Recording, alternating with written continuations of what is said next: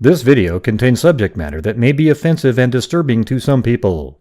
If you are the type to require a warning throughout a video or show, let this message serve as your warning. This channel discusses the harsh reality of true crime. If this warning is not sufficient for you, consider a different genre and unsubscribe from my channel immediately.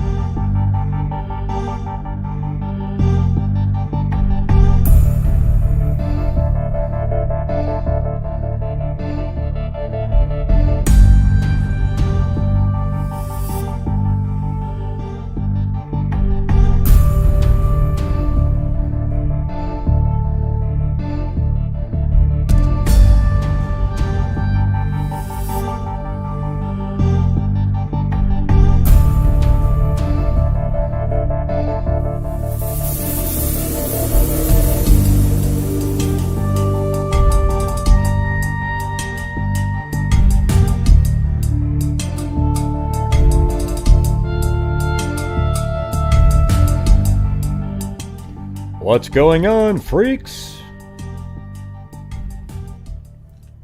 Hey, I've got my my theme song now when somebody forgets my name.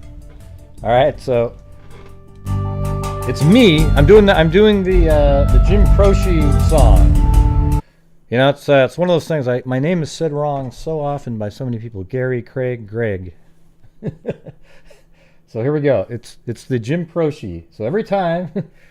I don't know if it'll be every single time because it's done so much, but here we go.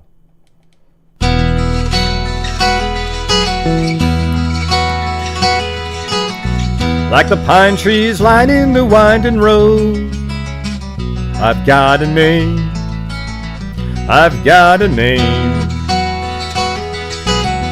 Like the singing bird and the croaking toad, I've got a name, I've got a name, and I carry it with me like my daddy did. But I'm living the dream that he kept here. Moving me down the highway, rolling me down the highway, moving ahead so life won't pass me by. There you go. See, that's what I'm going to play every single time. Well, not every time. I'm just kidding. But, hey, just get my name right, all right? Just get the name right. Just spell my name right. Yee! Time for the robot. Wait, hold on a second.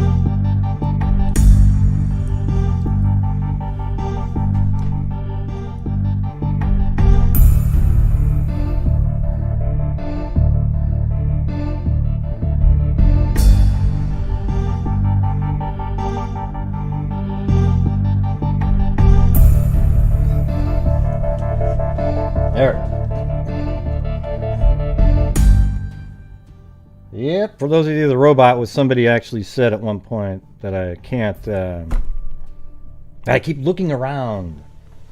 All right, so there you go. I kept looking around too much, so I thought maybe a robot would work. Yeah. Yeah, well, I can see why people would spell your name wrong. But mine clearly says, I mean, Melissa's spelled a certain way. Well, EY I get, which is okay, but it's when it's Gary, that's when it bugs me a little bit. You know what I'm saying? I know. It was embarrassing. I just thought it would be funny to play my song. I like that one.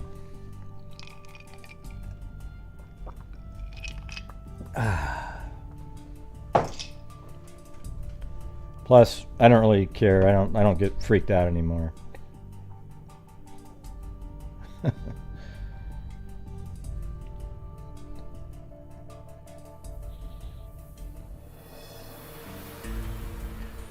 Yeah, I used to get nervous and stuff, but I don't really care. You know, there's a certain point where you're just do what you're gonna do, man. Make an ass of yourself if you have to.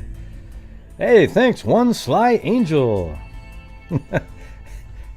See, look at right there, Gray, Grey, Gray Crochet.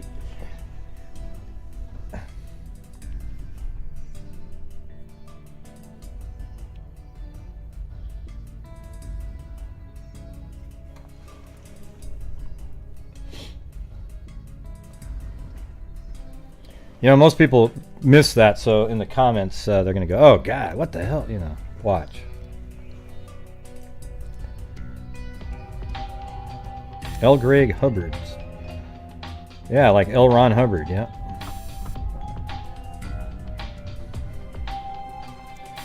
Yep, love you guys too. Giving it up for Gray Croce. Yeah. I didn't do the whole song because that's too long.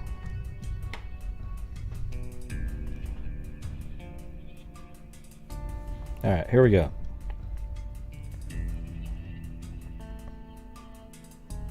Oh wait, I gotta fix my... Here we go. Hold on a sec. It's gonna make a weird noise. Woo! Man. Now I can...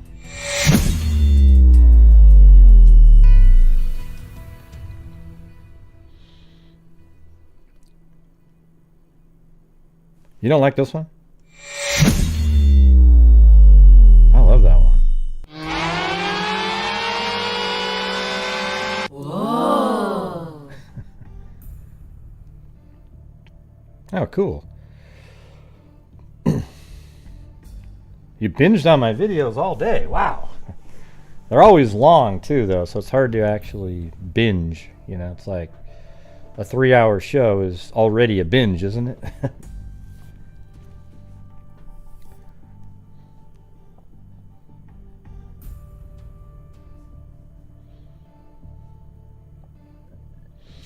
Oh yeah, that one's pretty good. All right, here we go. Here we go. So what I'm going to do now is we're going to finish up on the Malvina Krutz, you know, kind of like all the articles that I have. And then we'll try to get everything, all the details, because you guys remembered some stuff that I didn't have. So we'll put it all into my timeline,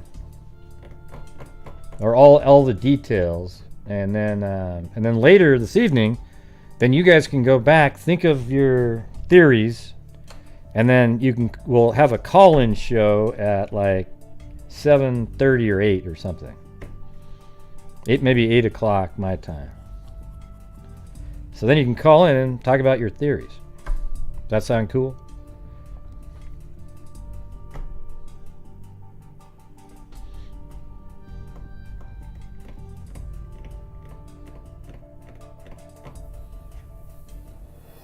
Yeah, the GIF idea was Jennifer's. But like I don't get it. I don't really care. Like I'm self-deprecating quite a bit, so it doesn't matter.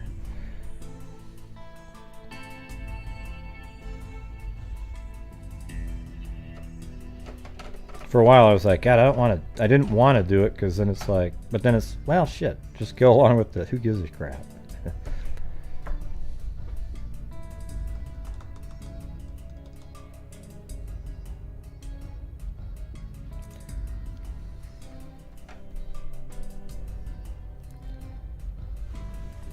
And yes, everybody, Audra Blankenship is about 1,000 times better singer than I am, but that song's my song.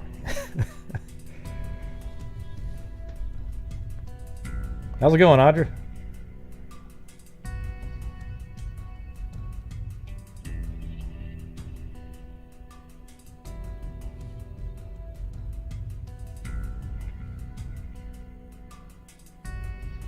Audra Blankenship. All right, here we go.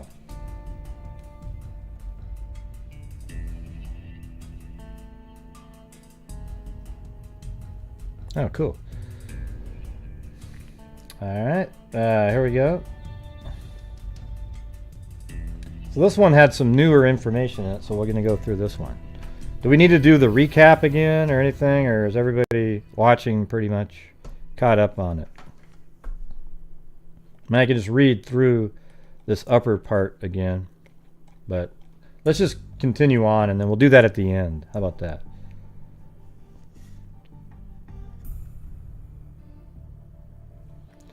All right, one of the Hoosier capital's strangest and most, this is from 59, a year later.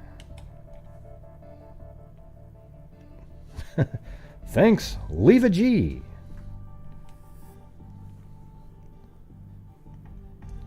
One of the Hoosier capital's strangest and most baffling murder cases of a decade will be 1-year-old Thursday.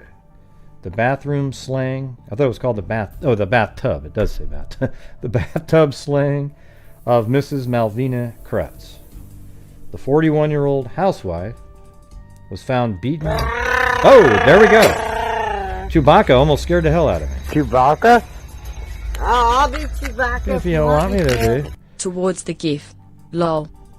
The 41-year-old housewife was found beaten and drowned in the bathtub of her North Side home last January 29th. The murder is crowded with mysterious elements and weird evidence, right? That has baffled detectives.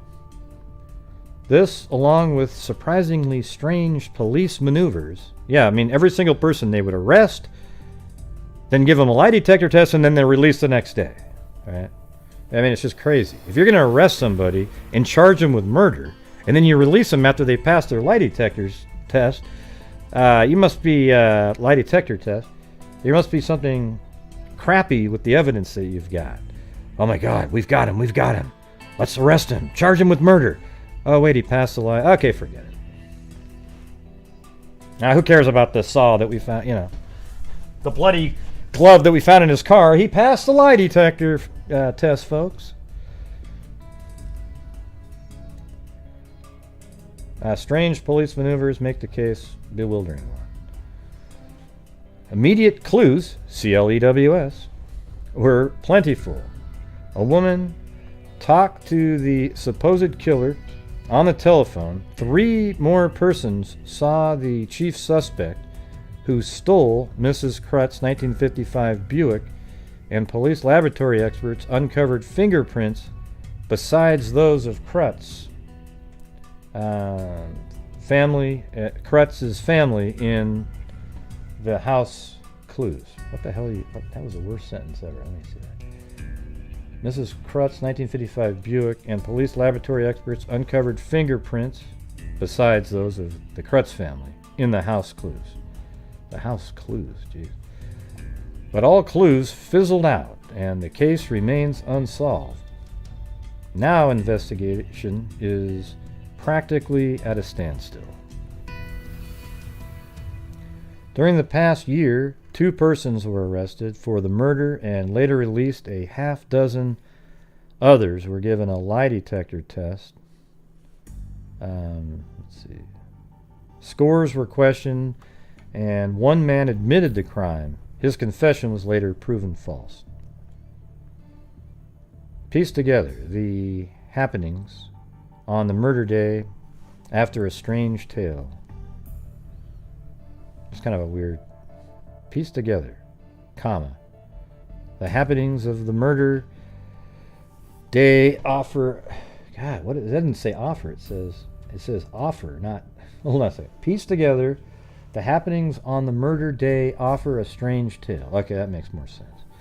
Malvina Krutz, an attractive housewife, stayed in her fashionable home at 5268 Guilford Avenue while her husband Charles, 48, went to work, and her son Charles Leland, 10, and there is another Charles. There's 3 Charleses, because remember, Charles is the guy's name that he went to visit. I mean, that's kind of weird to have 3 Charleses in a sort of a confined, there isn't 1,000 people or anything. At noon, young Krutz came home from school. Okay, well, let me get to this part. Charles, 48, went to work, and her son, Charles Leland, 10, attended school 55. So he went to school 55 at like 8 in the morning. At noon, the young Krutz, nicknamed Buddy, came home from school to eat lunch. Mrs. Krutz was in the bathroom and told her son that a sandwich was on the kitchen table. The youth ate the sandwich, drank a glass of milk, and left.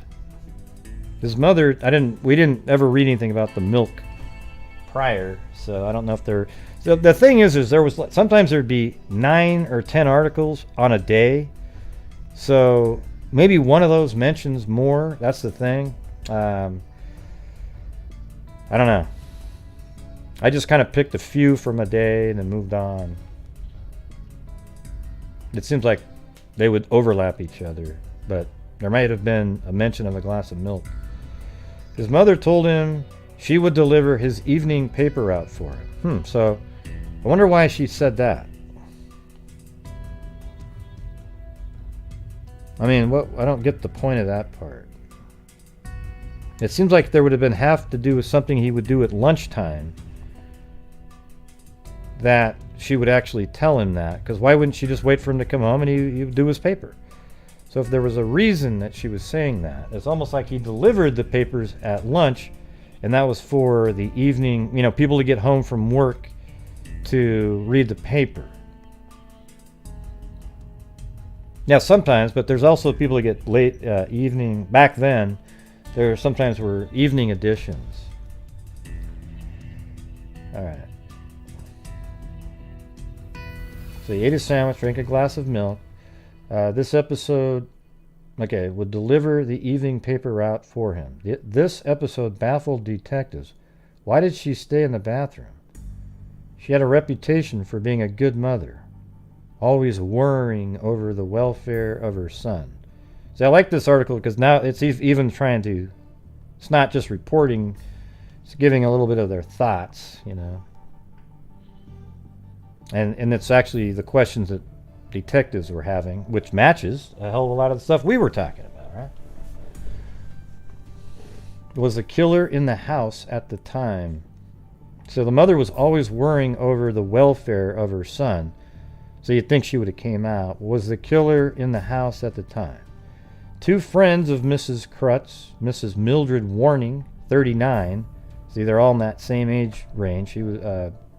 Malvina was 42, of 5029 North Evanston Avenue, and Miss Florence Kubert, 42, same age, of 155 East 49th Street, planned to visit her on the fateful day. Miss Warning told police she called Mrs. Krutz at 12:45 p.m. A man answered the phone, and it wasn't her husband. Mrs. Warning said she surmised it was one of the workmen who had been repairing damage in the Krutz's kitchen from a recent fire. Mrs. Warning told the man to tell Malvina that the 2 women would be at her house at 1:30 p.m. So they said, okay, we'd be there at 1:30. The voice was polite and... Mrs. Warning told the man to tell See, that's the exact opposite of what was in that other article. Would be at their house at 1:30. The voice was polite and courteous. Was Malvina... See, that's exactly the opposite, right? Which in a way makes a little bit more sense.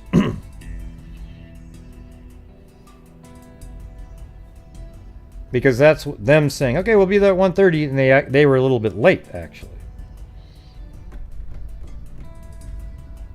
No, that doesn't make any sense. Because Malvina said that the mother... not Malvina. Miss Warning said that Malvina said that she was taking her son to school and then would also pick them up. So that can't be something that's a mistake in the paper. So which one is it, Miss Warning?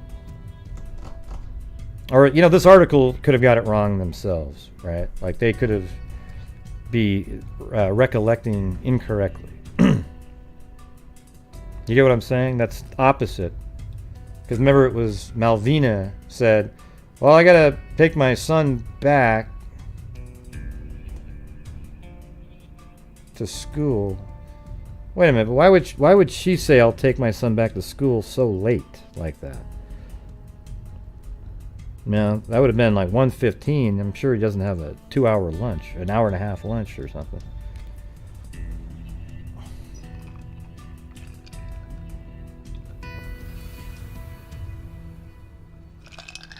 Yeah, we already know what time she died. There's a 55-minute window.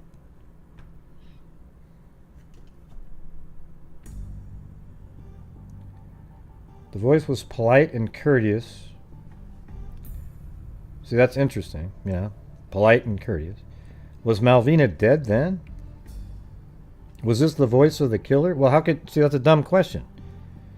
It's dumb because you don't know the rest of the story. So whoever wrote this portion here doesn't know that... Let's see, a man answered the phone, and it wasn't her husband. Miss Warning said she surmised it was one of the workmen who had been repairing damage in the Krutz's kitchen from a recent fire. Miss Warning told a man to tell Malvina that the women... Yeah, see, this person doesn't know that Miss Warning heard Malvina in the background and was asking, answering questions. See, this is stupid right here. This person, whoever wrote this little section, doesn't have that information correctly. She says the voice was polite and courteous. Was Malvina dead then? Was this the voice of the killer? Police still are probing these questions. I'm not sure why they're not saying that. It's a really big deal that she was speaking in the background. Mrs. Krutz's car with a man believed to be a black man was driving away from the house. So even when they witnesses, the women were 10 minutes late for the appointment. They saw Mrs. Krutz's car with a black man believed to, driving away from the house. The woman, or a man that they thought was a black person. And so that's interesting because that fits that Pennick character we were talking about yesterday.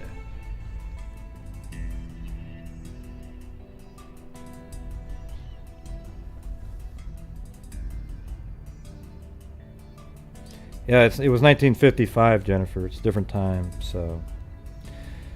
Yeah, so anyways, what's interesting is the...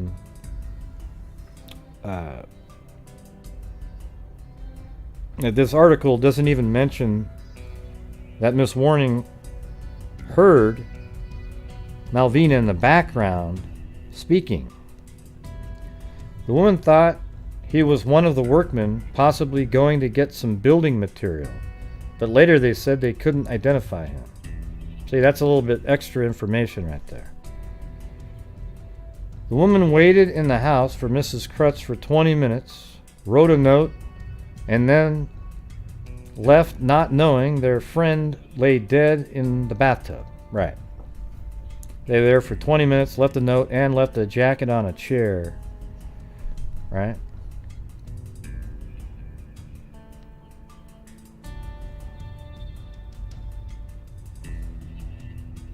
Detectives wonder if the man was the killer. Look at you guys.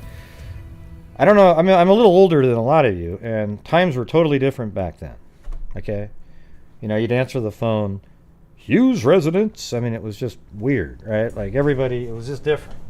It's not like today with a cell phone where you get harassed every 2 seconds. If a phone rang at your home, it was kind of it's going to be an important, it's going to be important. There wasn't cold calling, idiots calling all the time.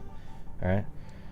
You didn't have 1,000 people dialing your number to see if you wanted that your car warranties ran out. Totally different time. God, I almost never answer my phone because it says spam, and I just go forget it. Okay.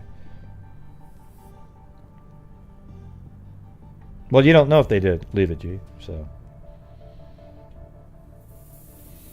Yeah, like if you had a house with workers that were there all the time and they're working for days, she might have even said, hey, go ahead and answer that. Killers don't answer phones either. That's even dumber, okay? Killers don't answer telephones. They just leave. If she's already dead, like that article thinks, and she wasn't talking in the background, then he's a moron. I mean, an absolute worst criminal in the history of mankind to answer the phone. He should have just got the hell out of here. But that's not the case. At 12:45, she was still alive. She was talking, and she probably said, "Hey, could you get that?"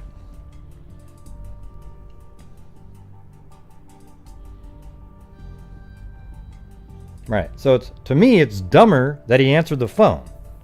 It seems less likely that he answered the phone if he's the killer than it is that a worker answered the phone.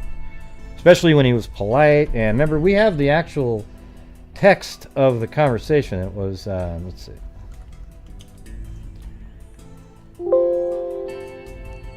Or was it, I can't remember.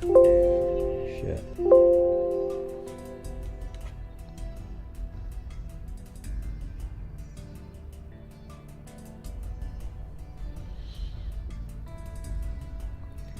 Okay, it's right here.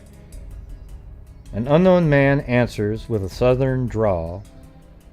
He said, well, because she said, can I speak with Malvina?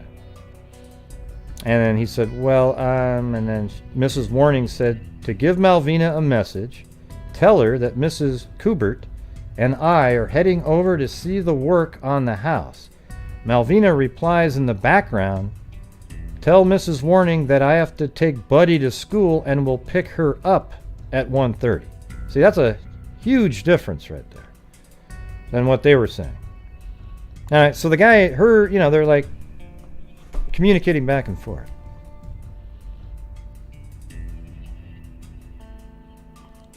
Dying to hear the phone call. What phone call? Thanks, Michelle Nicholas. There isn't a phone call recorded. What are you guys talking about? Yeah, the weird part about is, let me ask you guys this. Don't you think it's weird that this story is absolutely, completely different than the one that is in that other article? They either completely got it wrong. I mean, they said that they were going to go over there, but then Malvina said, yeah, I'll pick you up at 1:30.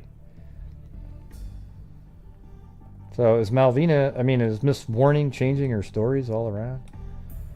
Okay, the woman thought he was one of the workmen, possibly going to get some building material. So Mrs. Warning and her friend saw a black person driving out of the driveway with Malvina's car. Did you get the email? Hey, there's my computer yelling at me again. Open your Email. The woman waited in the house for Miss Krutz for 20 minutes, wrote a note, and then left not knowing their friend lay dead in the bathtub. But see, they got there almost an hour, 55 minutes after the phone call that they made to Malvina.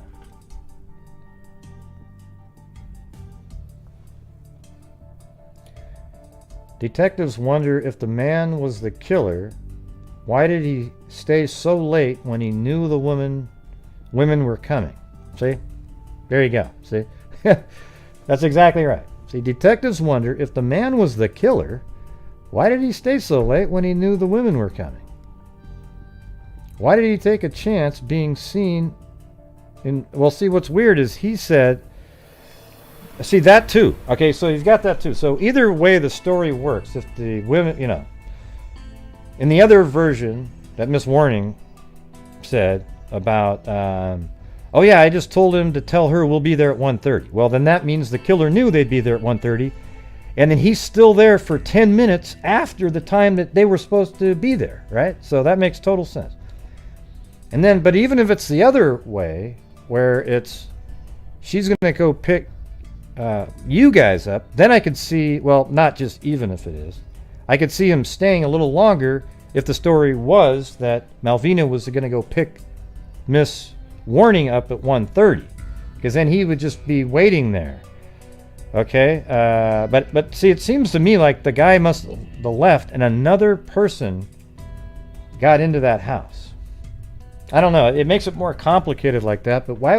It just doesn't make any sense. And also, do we know if Pennick has a southern drawl in his accent? Let's listen to... I'd love to be able to know what Pennick sounds like when he talks.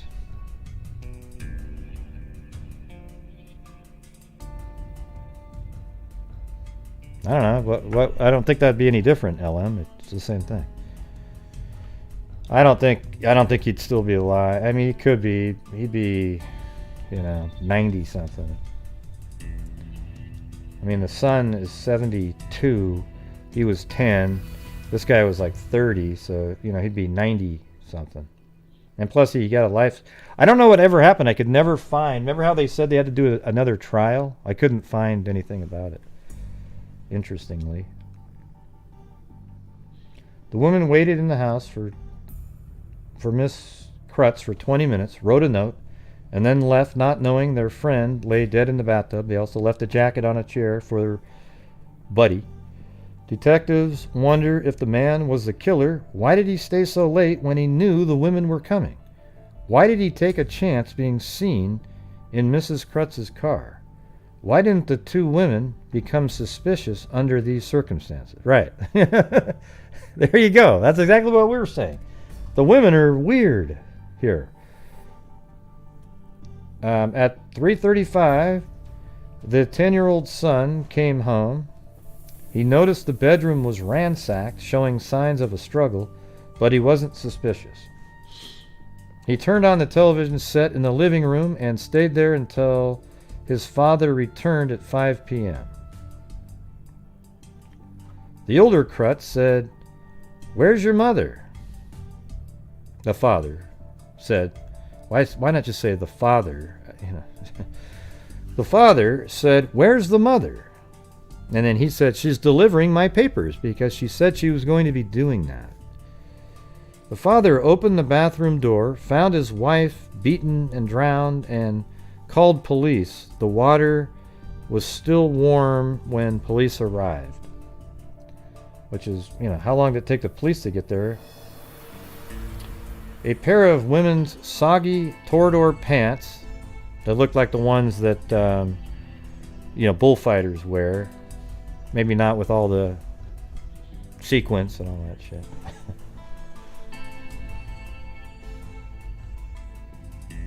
A pair of women's soggy pants were found in the bedroom. Those are those pants I just said. And they were torn, as was a light jacket she was wearing. Detective Sergeant Earl C. Booth and his partner, Sergeant Stanley P. McDonald, were assigned to the case. A police dragnet immediately was dispatched for the car. It was found 11 blocks away the next day, the morning. So now we know it was in the morning. Let me put that in there.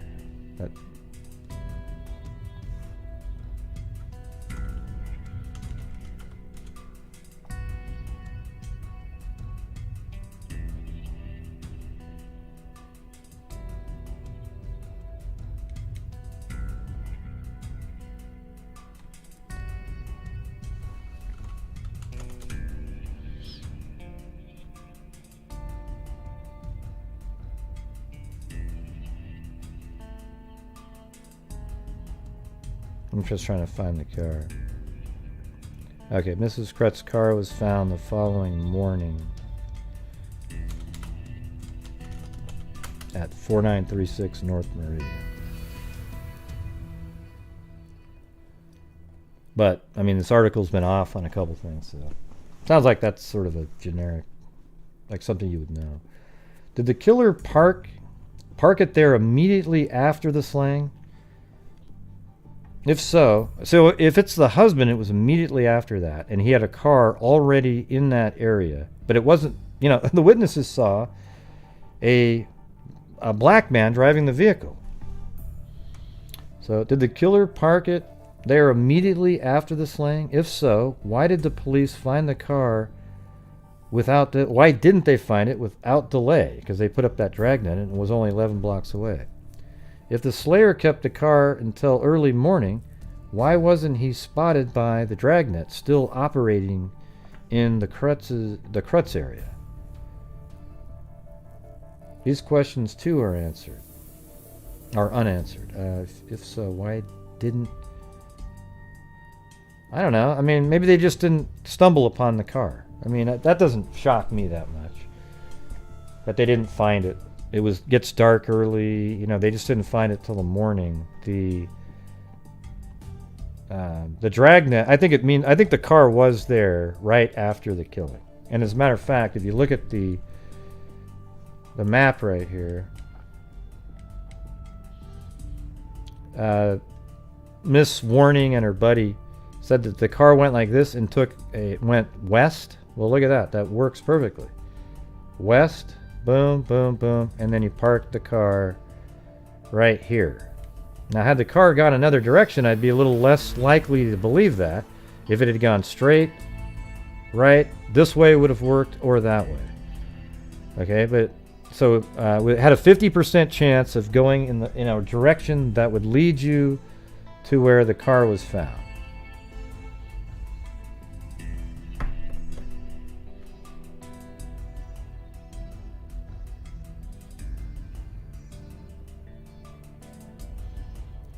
Did the killer park in there? Okay, a few hours after the slaying, Booth and McDonald brought Robert Smith, a 37-year-old painter and father of 7, in for questioning. He had been a workman on the Crutz home. Smith professed innocence and joked with reporters.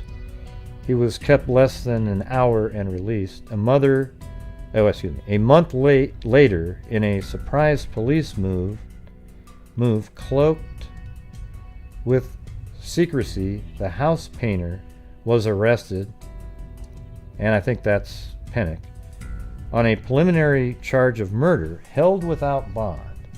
The detectives hinted they had their slayer. Observers were shocked the next morning when police released Smith, saying only that a lie detector test proved his innocence. I wonder if the hair is what set him free, you know. Maybe he had longer hair, or, you know, I don't know what they were checking, but observers were shocked the next morning when that happened. Okay, so Captain Michael J. Smiley, then Chief of Homicide, threw the first shocker to the case when, after only a few days of probing, he announced the investigation would be discontinued for 2 days while Booth and McDonald testify at a trial at Franklin. So it's like, well, couldn't you have other people investigating? Having Coke. It's not a drink.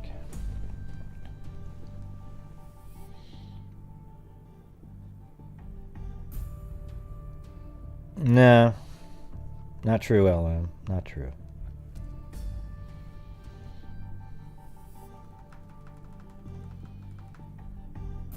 Her body is warm as well.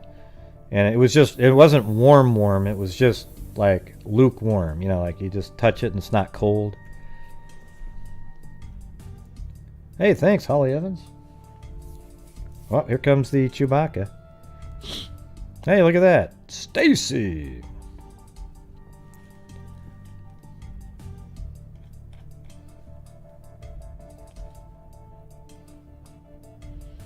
I'm just going to wait for this to bust out the Chewbacca sound.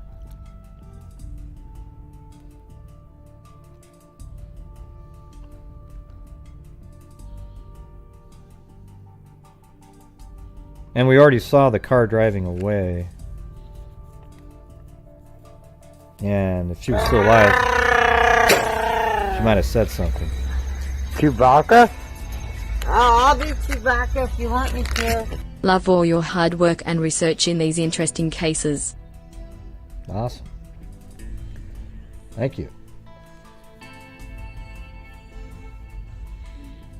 Alright, so then he says, Smiley then placed 2 ace detective sergeants, although not homicide men and inexperienced in that field, Robert T. Morrison and John E. Rudd. I think they were both black police officers that they moved into investigation, in the unfortunate position of being fill-ins for Booth and McDonald.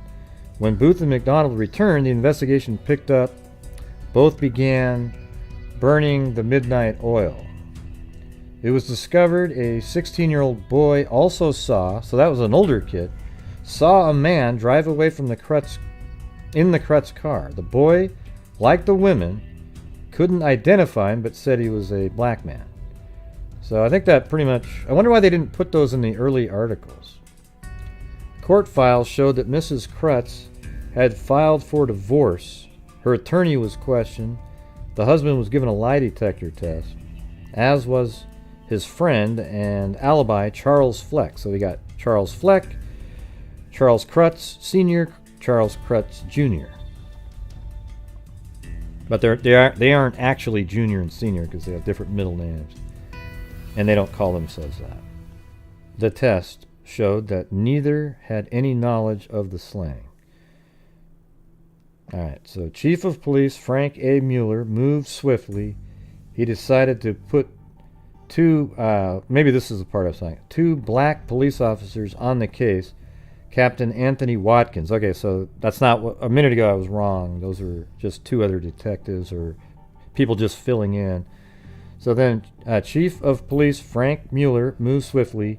He decided to put 2 black police officers on the case. Captain Anthony Watkins was given the job, and he chose his former partner, Sergeant Oscar B. Donahue, to aid him. If it was a black person, the pair wouldn't find him, police officials felt.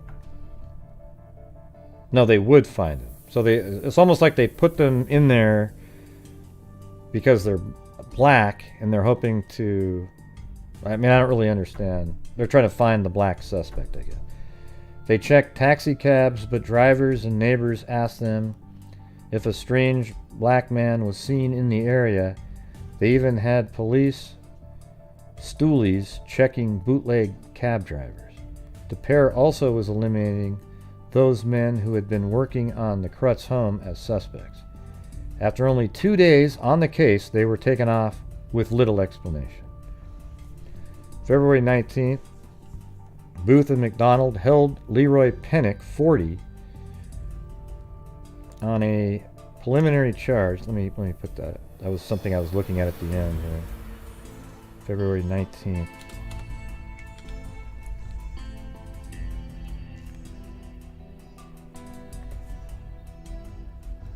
A preliminary charge of murder. They were not satisfied with Pennick's lie detector test.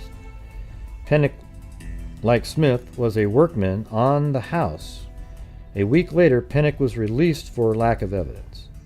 Then the case bogged down. McDonald was reassigned with another partner and later led the investigation of the Harry J. Westerfield slang, and Booth has been working by himself. Booth still is on the case, although now it is boiled down to following any new leads.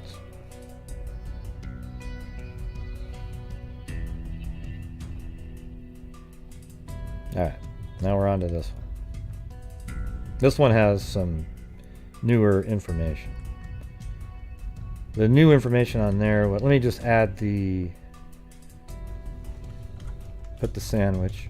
I know I have sandwich. Oh, come on, I didn't put sandwich in there? Alright, maybe it's up here. Hold on. There it is.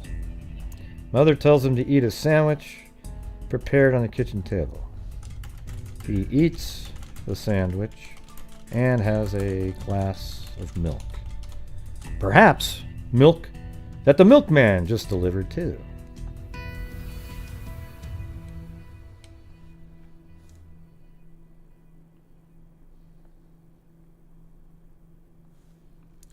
Detective still hunts clues year after Krutz murder.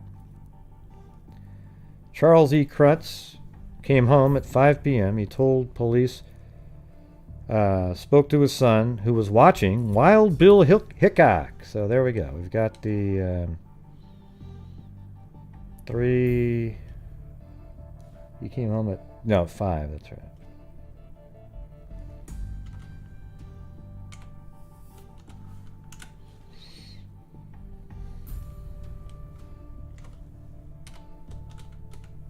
There it is. Husband Charles Krutz, 48, home before 5 p.m. Charles L. son was watching Wild Bill Hickok.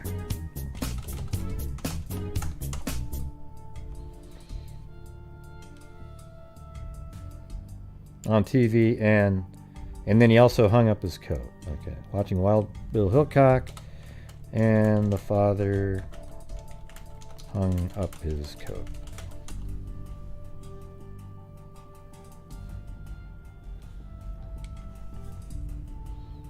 Then he went to the bathroom to wash his hands.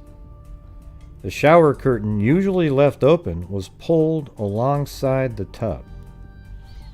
So that's pretty crazy, right?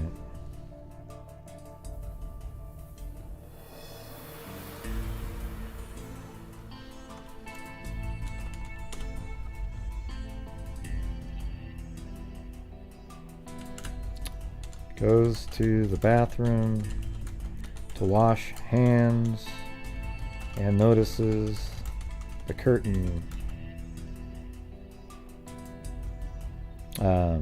closed along the tub.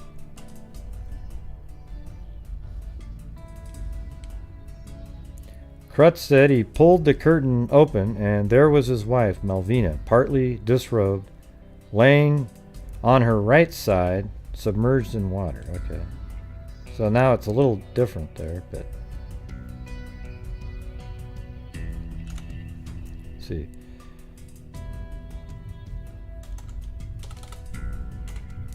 Charles pulls back the curtain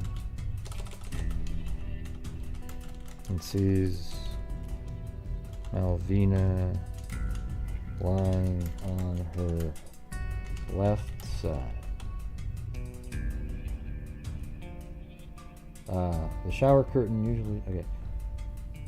Wife Malvina, partially disrobed, lying on her left side, submerged in water.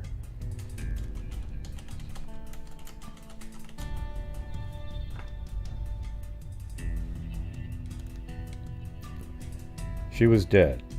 The day was a year ago today. Who killed Malvina Krutz, 41, described by her neighbors as a fine, friendly woman? A year of police work has failed to supply an answer. I'd give anything to solve the case, Detective Sergeant Earl Booth said.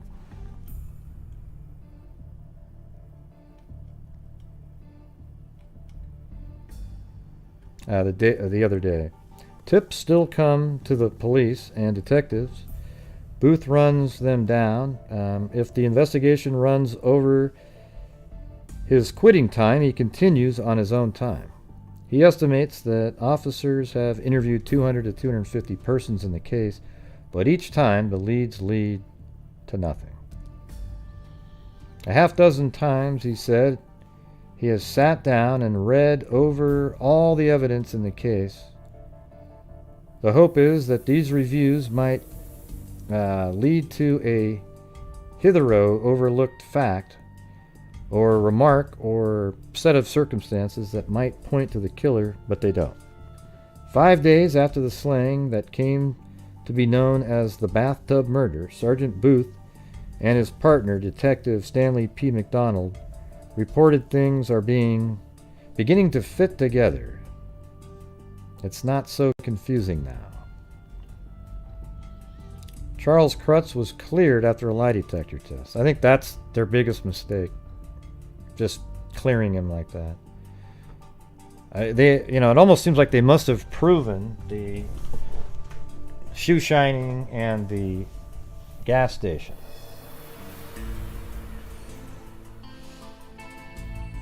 Well, it didn't say that he pulled her out of the water. Okay, nobody said that.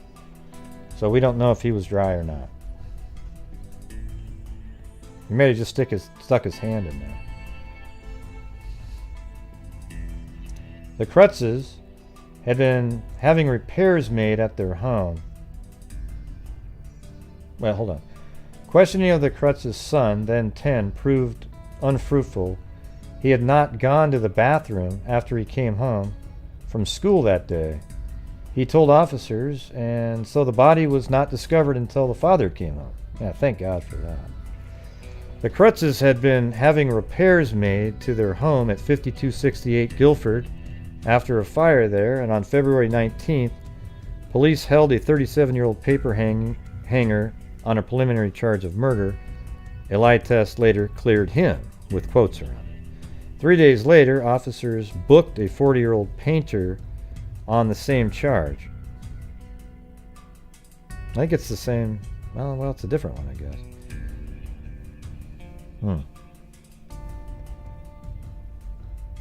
So maybe it was 22nd for him. 3 days. Let me change that. I think Pinnock was the 22nd. That kind of matched the files that I had.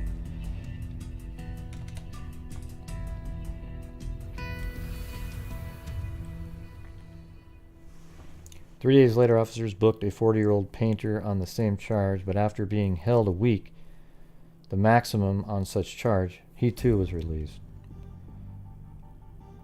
Last June 12th came another big break. A 26-year-old Indianapolis man was returned here from Gary on a larceny warrant and was questioned about the bathtub murder. After 4 hours of questioning, he said he did it. The next day, it was announced he would be given another lie detector test. Some points in his story didn't jive with facts in the case. A day later, day after that, he said he didn't do it. Anyways, we already know that part. He didn't do it.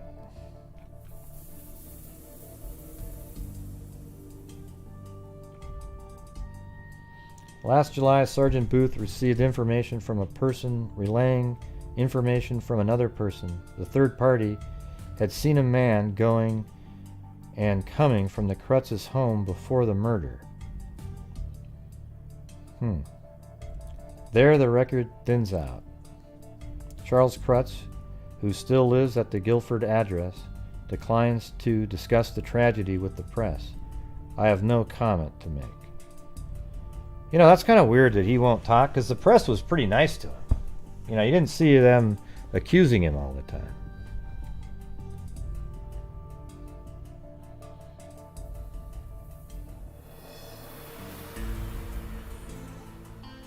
There, I'll be back in just a second.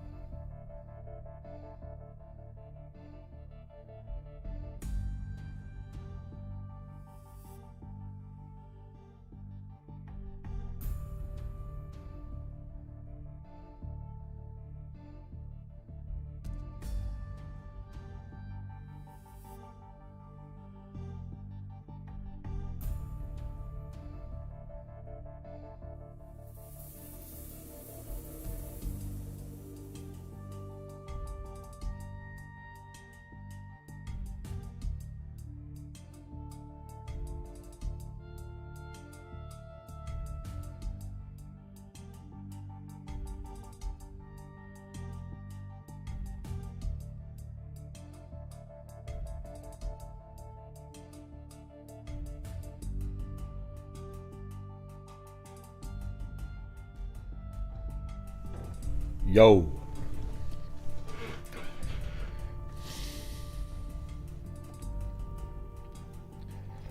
Yeah, I mean, the thing about the fire you guys you like talking about is the, I mean, it'd be interesting to see if, you know, it was suspicious of in any way. But it doesn't mean anything anymore, because that just would have been a precursor that was leading up to what happened.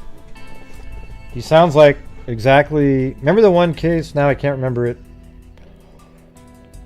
We had the guest come on. It was the case in, I think, Iowa. Hell, probably, I think around the same year and everything. Or maybe 10 years, within 10 years. Where she was left in a trunk at an airport. Remember that? Yeah, that case is very eerily similar to this one. Remember the two guys were waiting, watching from the golf course? Yeah, that one's crazy. That same kind of guy. All right, so here we go. Lost tip in the Crut slaying found.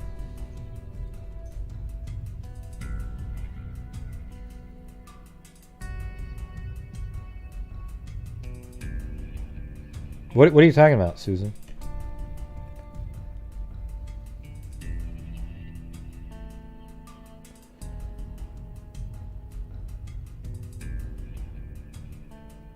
Oh, you're talking about this case? I know you're reading the Reddit post, okay? We're not going to be going over the Reddit information, so just keep all that to yourself, all right? Thanks.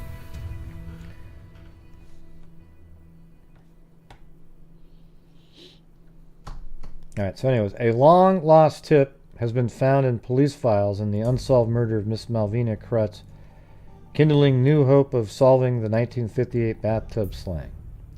Detective Sergeant Stanley P. McDonald, one of the two investigators assigned to the case, originally said he believes the tip never has been checked.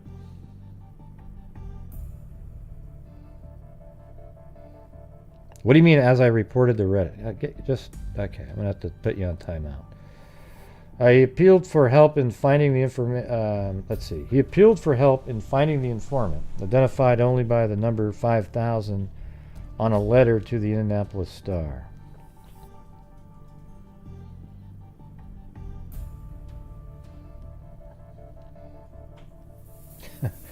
The letter, which has been misplaced, evidently was written more than 2.5 years ago in response to an offer by the Star to pay a $5,000 reward for a tip leading to the arrest and conviction of the Crutz killer. Let's see, what is this tip? Lost tip. Okay.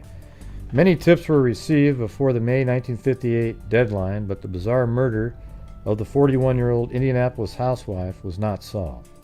She was found beaten and drowned in a bathtub of her home at 5268 Guilford Avenue on January 29, 1958.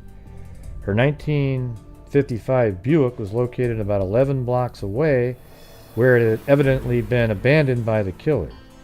The ignition keys were missing. The rediscovered tip referred... Well, here's what I was going to say earlier. You know, I was going to say this later in the show, but of course you always get the people that show up and want to, hey, everybody, look, I was reading the Reddit post. You know, it drives me nuts, okay? There's only one other place in the entire internet that's talked about this case, and it was a Reddit post. I didn't read it because I don't want to read it. All right? I just want to cover what I found and have my own thoughts about it. Okay? I don't even know how many times I've said this before. Okay? But what I was thinking about last night, because for some damn reason I kept thinking about this case, was why was he not having sex with his beautiful wife and he's not really, you know, a catch, if you know what I'm saying. So it's a little weird, so it makes you think that he was having sex with somebody else. Okay? That's what I thought of. That he might have been having an affair with somebody himself, and maybe she knew it, and then she thought maybe it was okay for her too. You know, I don't know. But you got to ask yourself, why wasn't he with her. She's very pretty. Not that, you know, looks are everything. I'm just saying.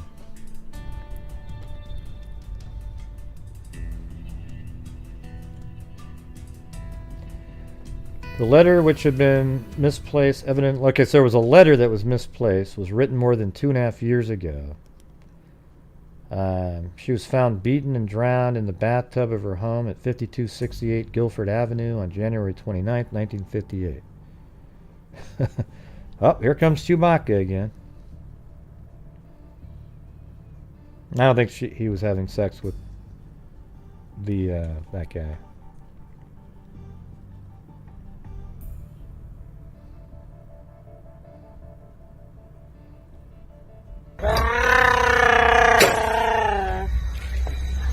Chewbacca? Oh, I'll be Chewbacca if you want me to. Gotta love Chewbacca.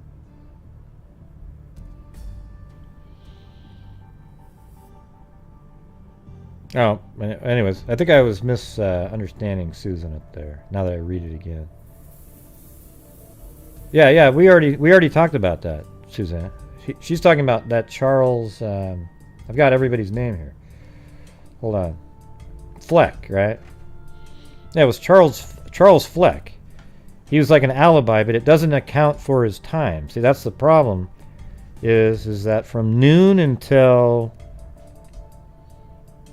he got to Charles Fleck's home at 1:55, which is 15 minutes after the car was seen leaving the house. And amazingly, it's exactly a 15-minute drive from the house to Fleck's house. Okay?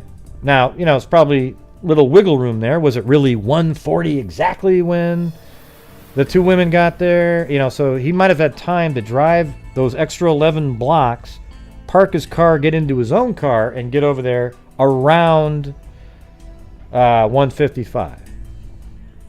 The lady that was there did think that. Thanks, Holly Evans. Right, so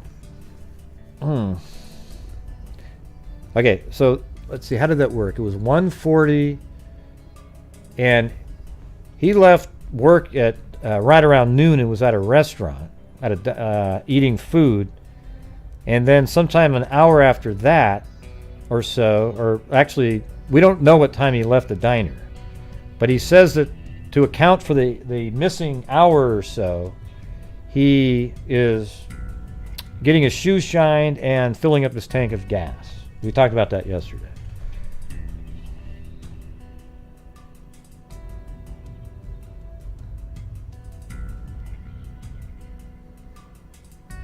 God, man, I can't read any. My eyes were so screwed up when I was reading what Susan was saying. It was like, I don't know what the hell's going on. I think I'm needing new glasses now. Anyway, sorry about that, Susan.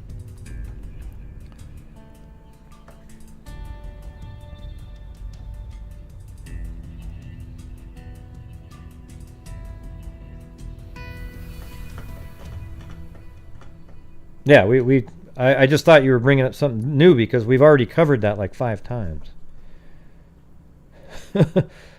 Yeah, my eyes, I don't know what the deal is. I'm going to have to... I actually can see better now distance-wise wearing my reading glasses. I think I've messed up my own eyes. I don't know what happened.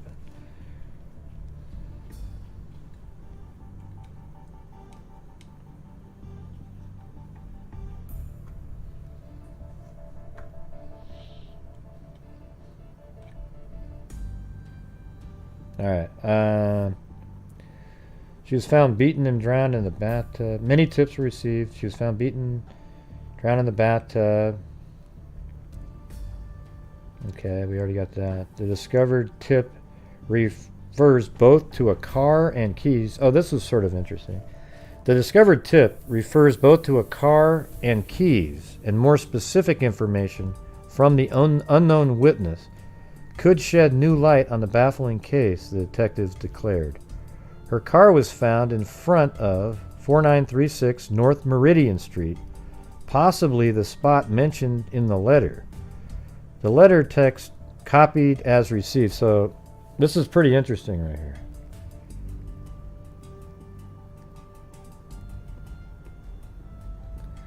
Dr. Malvina Krutz.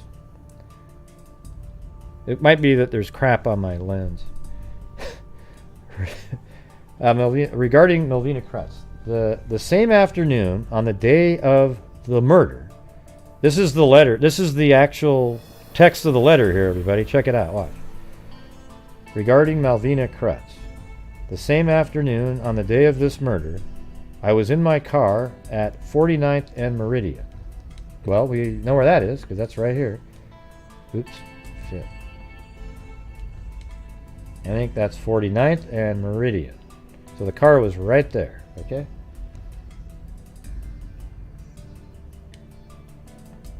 Heading west, waiting for a light. So where? So he was heading west. So that means the car was facing that direction, like this. Okay, but he was right at that well, hell, let's just go to the ground. Here we go.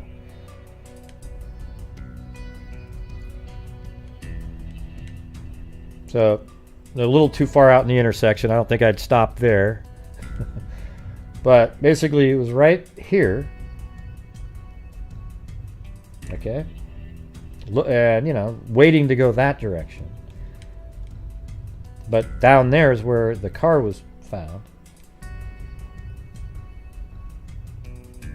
Waiting for the light to change when a slim, very dark complexion man with mustache was locking car north of was locking car north of, and then the editor says rider could mean parked facing north. Who knows what you're, I mean, what a stupid sort of aside to throw into the art. So anyways, what the note actually said was light to change when a slim, very dark complexioned man with mustache was locking car north of Meridian on west side of street. Well, actually, that makes total sense. So west side of street. And remember, the car was parked right in front of this house over here. That's the west side of the street. I think then the car would be facing not north. I'm not even sure why the article put that in there. It's crazy. It says light to, when a slim, very dark complexioned man was locking car north of Meridian. That makes total sense. What do you mean it facing north? This, whoever interjected their thought in that article is an idiot. Look. The car was parked north of Meridian, right? Boom. And it was on the west side of the road. That means the car is facing south. Why would he even need to say, well, it could mean that the car would... No, what they were saying was it was north of Meridian. Yeah. Come on, everybody. You got to see what I'm saying here? He jumps in with, look at.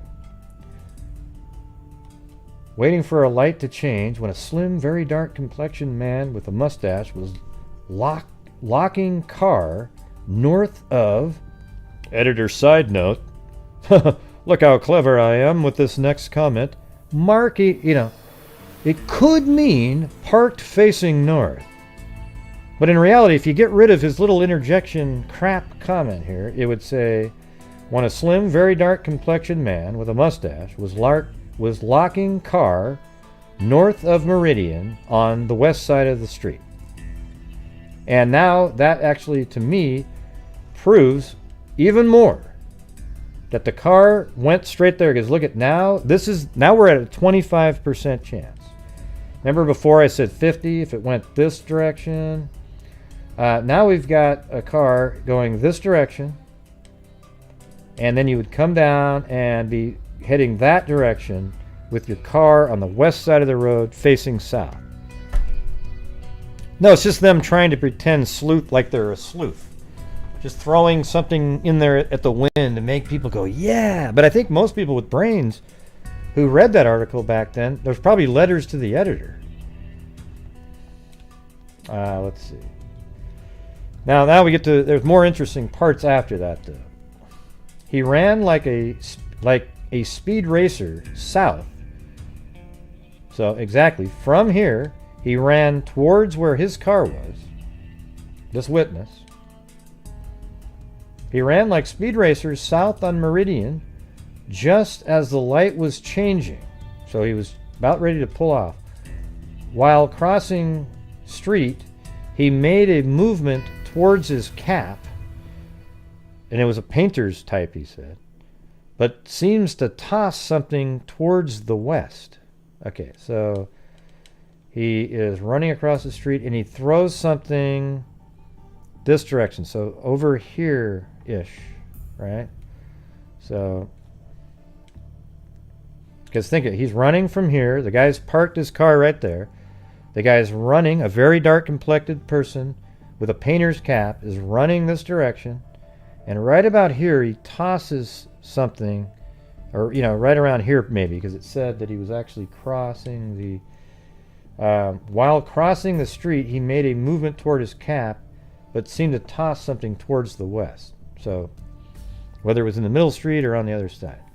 Some days later, making the same trip, I drove slowly west on 49th. So this is 49th. Hold on a second. Oh shit! Now I got to go back up and read this. That thing up above. Was locking car north of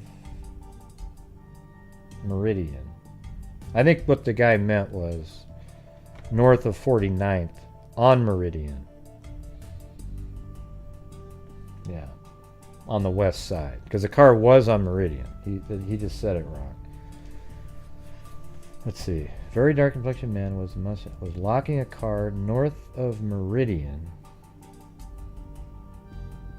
So that's why they put a, but it's not, they're not referring to that. Anyways, he ran like speed racers south of Meridian just as light was changing. While crossing the street, he made a movement towards his cap. Yeah, because of this, let me just say this. If his car was on the west side of Meridian, it has to be facing south or it's parked backwards. I don't think he would do that. Okay, so some days later, making the same trip, I drove slowly west on 49th as two small boys picked something out of street on the south side of 49th. So that's exactly what I was saying. So he was driving west here, and then they picked something off the street right here. So kids pick something up.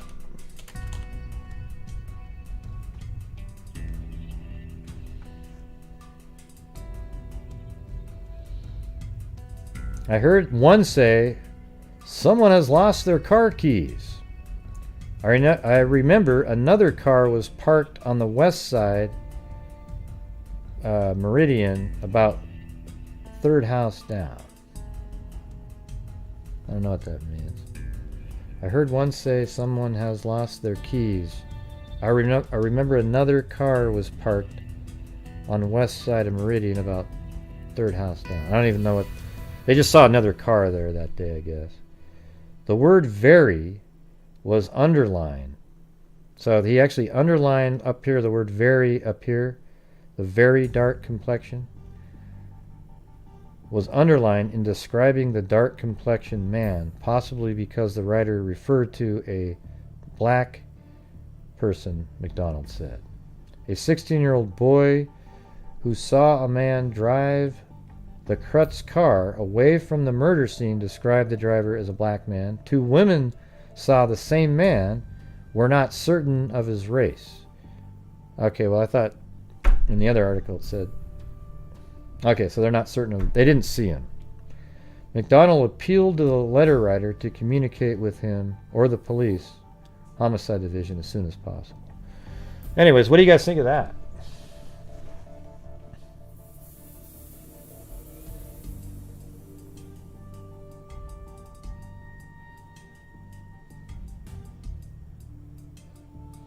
I think the mistake in this writing up here is north of 39th on Meridian, is what it should say. He ran like a speed race. That's pretty interesting. I mean, it is looking like, that Pennick guy, and think about it like this. Pennick matches relatively the description. I don't know about the mustache part. And he was also a painter at her house. And he killed his common-law wife 2 years later by beating her to death. Ring a bell? Are you sure this isn't causing the migraine, Jennifer? What do you mean, who said it? We just went over it. The driver of the car saw the dark man, probably a black man, throw something as he crossed the intersection of 49th and Meridian heading south.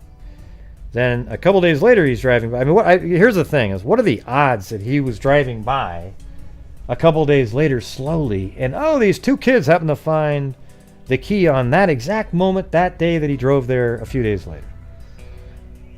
I don't know. That's kind of weird. And then why wouldn't he have pulled over right then and said, whoa, whoa, whoa, whoa. Do you guys just find some keys? Yeah, we got to turn those in.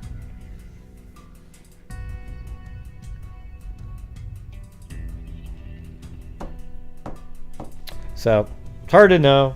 That's something interesting, for sure.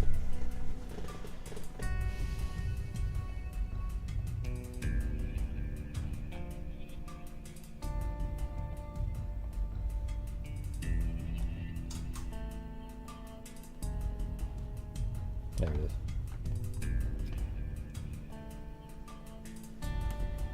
Witness saw keys tossed. That's a lost tip.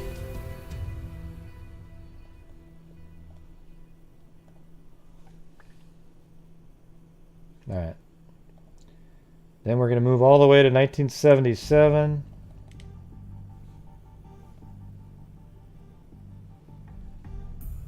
Yeah, everybody's a suspect. You nailed it, Jennifer. You nailed it. Just like they say in the Delphi case. Everybody's a suspect. Well, I don't think so. I think if you're a 102-year-old granny, you're not the suspect. 1958 murder was similar. So here we go. Listen to this one. The drowning murder yesterday of Linda McDaniel, a 23-year-old Wayne Township schoolteacher, revives memories of a similar crime on the city's north side, which remains unsolved after nearly 20 years. The victim was Malvina Krutz, 41, whose body was found partially submerged in the bathtub of her home at 5268 North Guilford on January 29, 1958. There are a number of parallels between the two cases. Neither victim had been sexually assaulted, and robbery was apparently not the motive. Nothing was taken from Mrs. Krutz's home, not even the $260 which police found in a dresser drawer. Well, that makes you think it's the husband. Because, why would he steal his own money? Miss Krutz's body was found by her estranged husband. She was lying in the tub on her right side with her head towards the faucet. Okay, let's add that in there.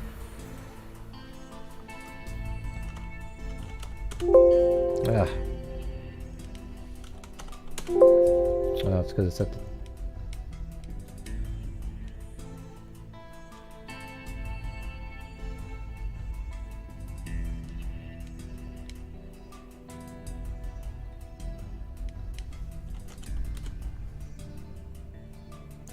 Bathroom, watches. Charles pulls back the curtain, sees Malvina lying on her left side, facing the faucet.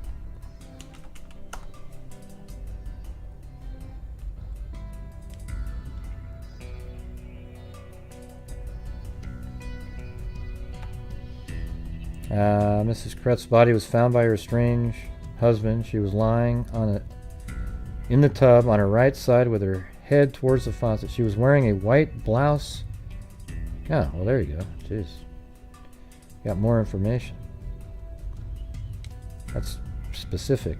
Although the other one said, let me write this down. So, light jacket. I remember typing that in. Oh, come on. No, I spelled it wrong. Light jacket. There it is. Wet, torn, light jacket was... Okay. So this says she was wearing a white blouse covered with a white cardigan sweater, and her panties were pulled down... No, wait, this can't be the... What case are you guys talking about? Miss Crutz's body was found by her estranged husband. She was lying in the tub on her right side with her head towards the faucet and her legs bent at the knees. She was... Wow, they are talking about her. That's way more information right there. She was wearing a white blouse covered with a white cardigan sweater, and her panties were pulled down to her knees. A pair of wet slacks pulled inside out was found in a nearby bedroom. That's interesting because that means they were pulled off almost like while she was in the tub. Woo, man. So that's definitely more information there.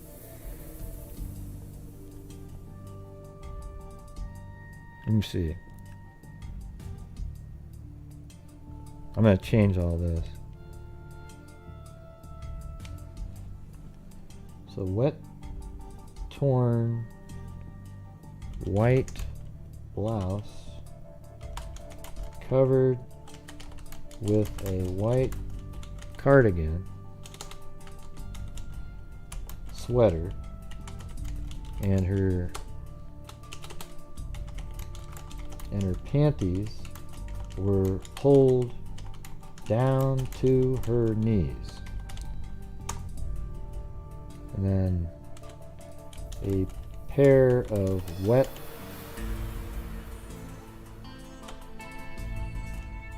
pants were pulled inside out. Was found in a nearby bedroom. So it was in the son's.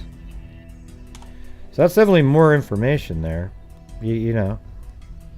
And this is articles many years later, so I think it's probably pretty accurate. It's too specific for them to have just made it up, you know.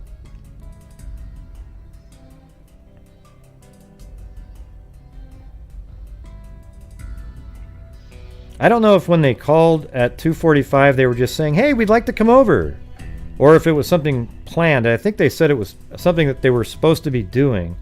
And they were supposed to be there at 1:30, but then she said in the background on the 2:45 call, "Hey, I'll come pick you up. I got to drop my kid off at school anyways." Then they showed up at 1:40. But there's been a couple articles that have contradicted them. Only one, though. There was many more that said that they heard a voice in the background. Malvina could be heard, you know, saying things regarding what the caller was asking. Right before 5, the husband came home. A pair of wet slacks pulled inside out was found in a nearby bedroom. Police also found 2 pillows on the bedroom floor, each of which bore small spots of blood. An autopsy showed Miss Crutz had been knocked unconscious by a blow to the head before her head was thrust underwater to drown her.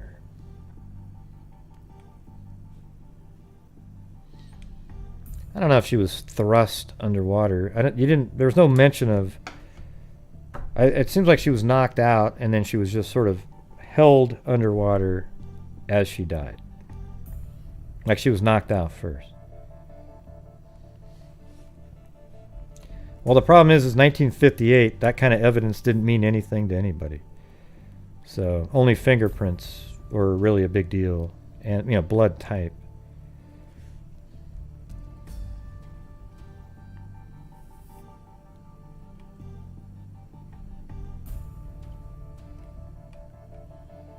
I guess Susan bailed even though I said I screwed up.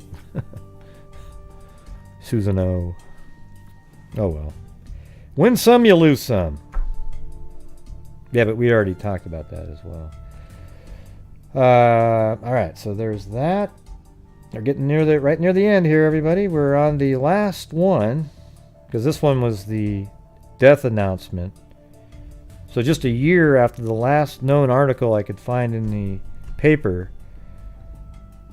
he died. So 1979, on the 20-year anniversary, basically. Yeah, I think it is.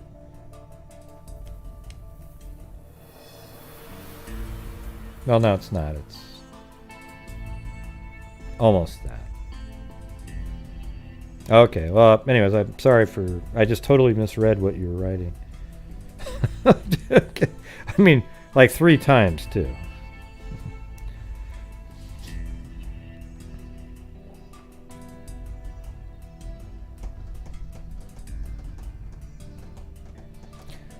Yeah. I'm gonna try to... I don't know. This one, I don't think this case is gonna leave my mind quickly or anything, so... Might have to keep going on it. The problem is any of the detectives are the odds of them being alive at this point are almost nil. You know, if they were 30 years old, 40 at the time, let's say, that's kind of like an average age of a detective, I would think. 40. Well, I mean, man, that means they would have been born in 102 years ago.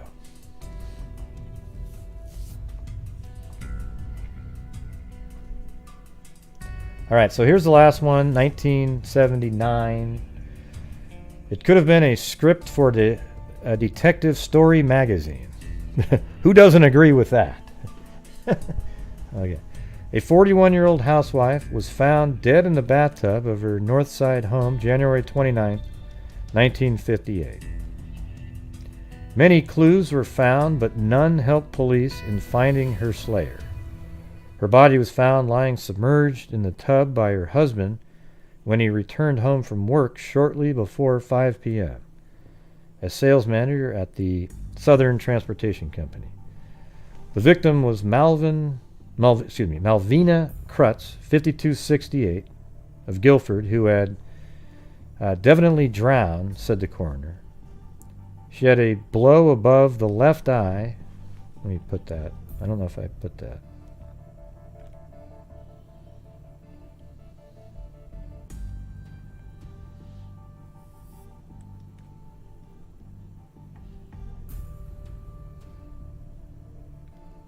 I'll just type it anywhere. Blow above.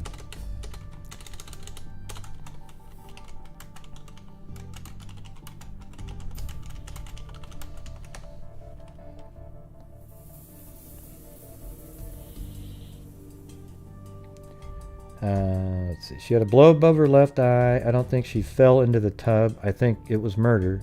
She had abrasions on her lip and a small cut, so that means like scrapes and a laceration.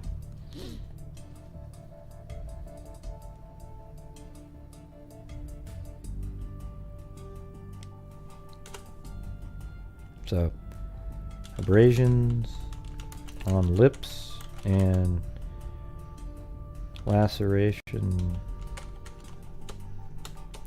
Wait, abrasion and laceration of lips.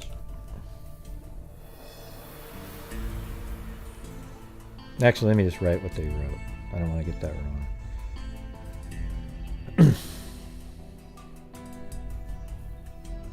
Okay. She either... Wait, no. She had blow above the left eye. I don't think she struck her. Thanks. Leave a G.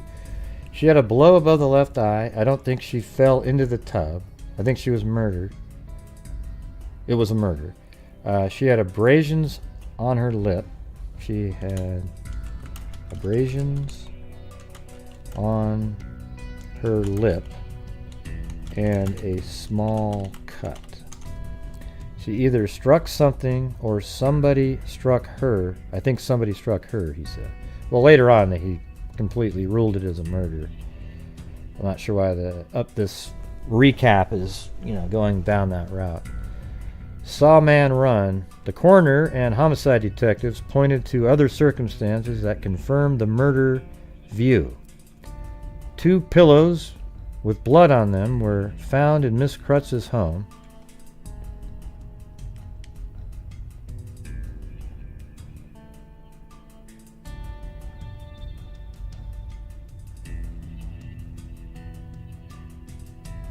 Wait, hold on. Not even sure where I was. The coroner and homicide detectives pointed to other circumstances that confirmed the murder view. The pillow with blood on them were found in Miss Krutz's bedroom. There were indications her body had been placed on the pillows. A pair of soggy, wet Torador pants was found in the bedroom of her son. They were torn, as was a light jacket still on the body. See, we got that light jacket thing again, but that other article was very specific. I'm almost wondering if they conflated the 2 stories in that one. Maybe. I don't know, because they were really specific that the pants were turned inside out and in the other room, so. A pair of soggy, wet Torador pants was found in the bedroom, but they were apparently turned inside out. They were torn, as was a light jacket still on the body. But in the other article, it said a white shirt and a cardigan. The water was warm, but the faucet was turned off.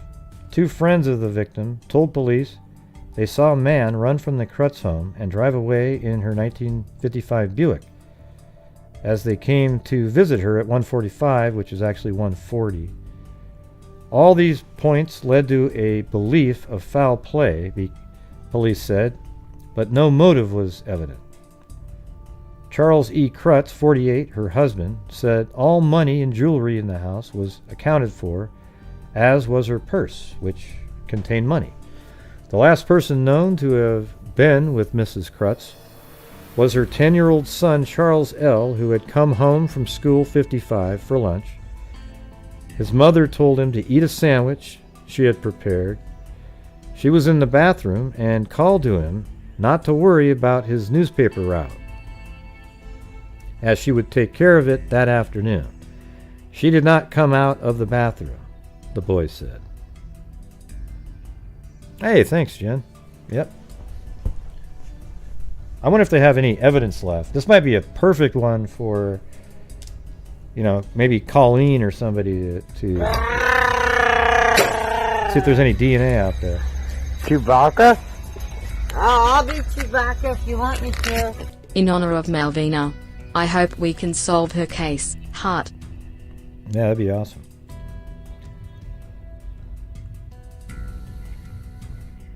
All right, let's see. The last person known to have seen Miss Krutz was 10-year-old son Charles L., who had come home from school, 55, for lunch. His mother told him to eat a sandwich she had prepared. She was in the bathroom and called to him not to worry about his newspaper route, as she would take care of it that afternoon. That's weird that she would tell him that. If it was something he would do after school, why would she tell him that? It feels like it was something that he would normally do at lunchtime. I'd like to know the answer to that question. She did not come out of the bathroom, the boy said. I wonder how long he was there. They never mentioned that in any article, at what time he left to go back to school. Charles returned to school and later came home at 3:35 p.m. His father told reporters when he came home his son was watching television. Wild Bill Hickok he was watching. Asked where his mother was, the son said he thought she was delivering the papers that she told him she was going to do while she was in the bathroom. Krutz said at lunchtime. Krutz said the boy added, I don't like the looks of the bedroom. Krutz said he looked through the house and found the body in the bathtub. It was still warm, according to Dr. Storm. See, the water and her body sort of fed each other for a while. right? The temperature of the tub probably slowed, her temperature slowed the cooling of the water probably dramatically.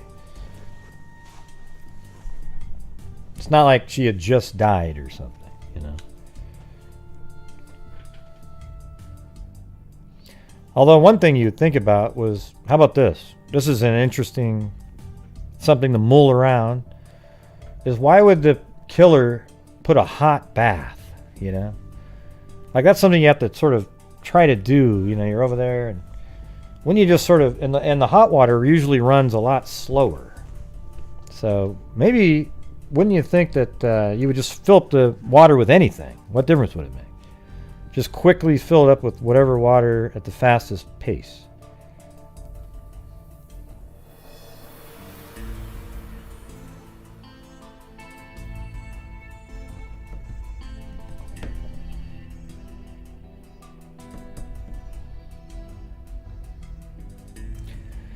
Well, yeah, at lunchtime he didn't use the bathroom, and then he got home at like, I guess it was 3:45.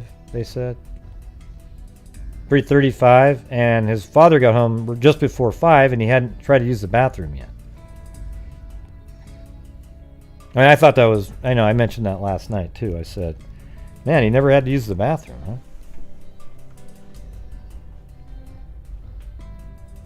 Yeah, maybe. Yeah, lots of maybes out there. But so that there's an indication, you know, if you're making the bath warm, you're going to take a bath.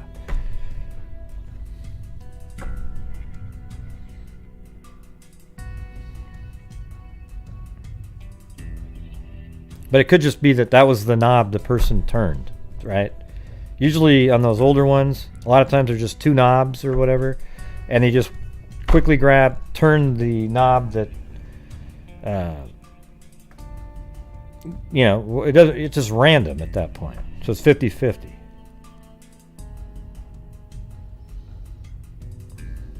Yeah, he was still living there. Apparently, some articles say that they were working on, you know, reconciling.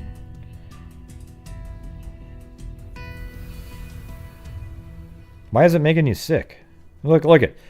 To be honest with you, if cases like this make you sick, you shouldn't follow true crime. All right, that's just the truth. Just listen to them and they're interesting, and kind of try to figure things out.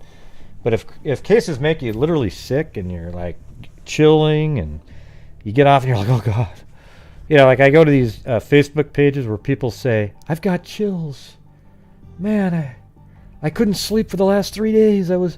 And I'm like, man, this isn't the genre for you. You need to, you know, switch over to the cartoon channel. Yeah, well, you know, people say that all the time now.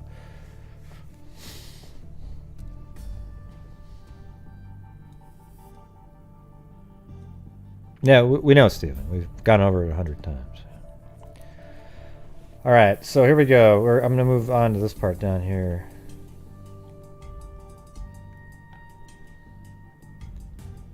Husband said all the money and jewelry. Okay, Charles returns to school and later came home about 3:35. His father told reporters when he came home his son was watching television. Asked where his mother was, the son said he thought she was delivering the papers. Krutz said the boy added, I don't like the looks of the bedroom. Krutz said he looked through the house and found his wife in the bathtub. It was still warm. Suspect question. The two friends who had come to visit Mrs. Krutz were Mildred Warning and Florence Kubert. Warning said she had called Mrs. Krutz about 12:45 to confirm they were coming over. So they had planned it before, but they were calling, hey, we're going to be there at 1:30, okay? You know. And a man answered the phone. But in the background, she heard Miss Krutz say, tell her not to pick me up today. But see, that's not really what she said. She said, yeah, you don't need to pick me up. I'll pick you up at 1:30, according to that other article. So there's a lot of sort of weird stuff going on in these articles that are contradicting. I don't know if it's Miss Warning that continually keeps saying incorrect information. I don't know.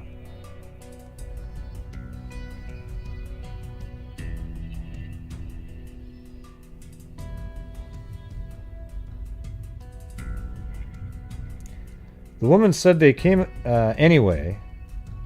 The woman said they came anyway. See, now that's... See, but came anyway. Well, what do you mean? Because in the other article you said that she was going to pick you up at 1:30. I'm sort of wondering if that was an error in that one article. I don't know. Man. I hate crap like that. You know what I'd love to see? Is the interview of Miss Warning. Her interview would be really fascinating. She's probably described the phone call and exactly the words that were used. Yeah. So the woman said they came anyways, and on arriving saw a man run from the house. See, that's a little different than the other story. See, remember the other story when they were driving down the road and this car is backing out of the driveway, so they had to slow down a little bit. See, that one seemed more accurate. But now you have one that says the woman said they saw a man run from the house and drive away. That's a much less, a totally different sounding story. Thanks, Jessica Schubach.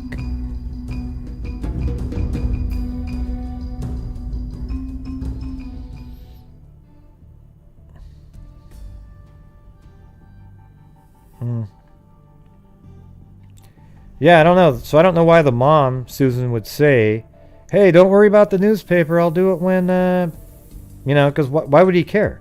Just tell him that when he gets home. Or did he go somewhere right after school, maybe? Oh, maybe that's it. So he would probably right after school go pick up the papers and deliver them and then come home later, maybe. But then why would she say that she was going to do it? What was that helping? That just doesn't make any sense. Maybe she wanted him to come home sooner, maybe find her. I don't know. It's just...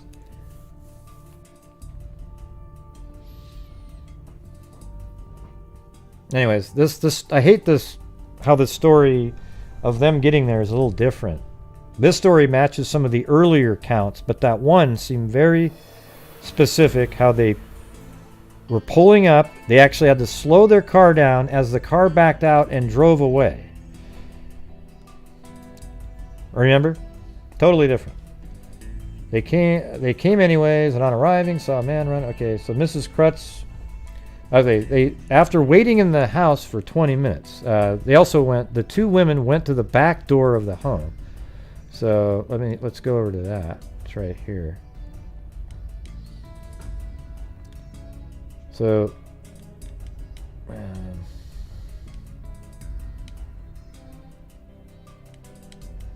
that's the home right there. That's the driveway. So Mrs. Warning and her buddy were driving this direction, and right about here, a car starts backing out. I guess they could have seen from back here a person running down the steps and then the car backing out. Okay, let's just say that that's possible. And then, then they see from here the car backs all the way out and then it drives this way and takes a left. So they went, I'm not sure why they went around to the back. Did they try the front door first? That's a little weird, right? So anyways, they went around this way, around to the back, and went in the door. Apparently there was a bloody rag by that door, but they didn't mention it. Then they sat in the house for 20 minutes, and they were getting really annoyed that they were being stood up by Malvina. Then they wrote a nasty note, Miss Warning did, bitching about, you're always talking about your house, and you wanted us to come over. And we got there, and we waited for 20 minutes. How dare you? Right? That's probably what it sounded like.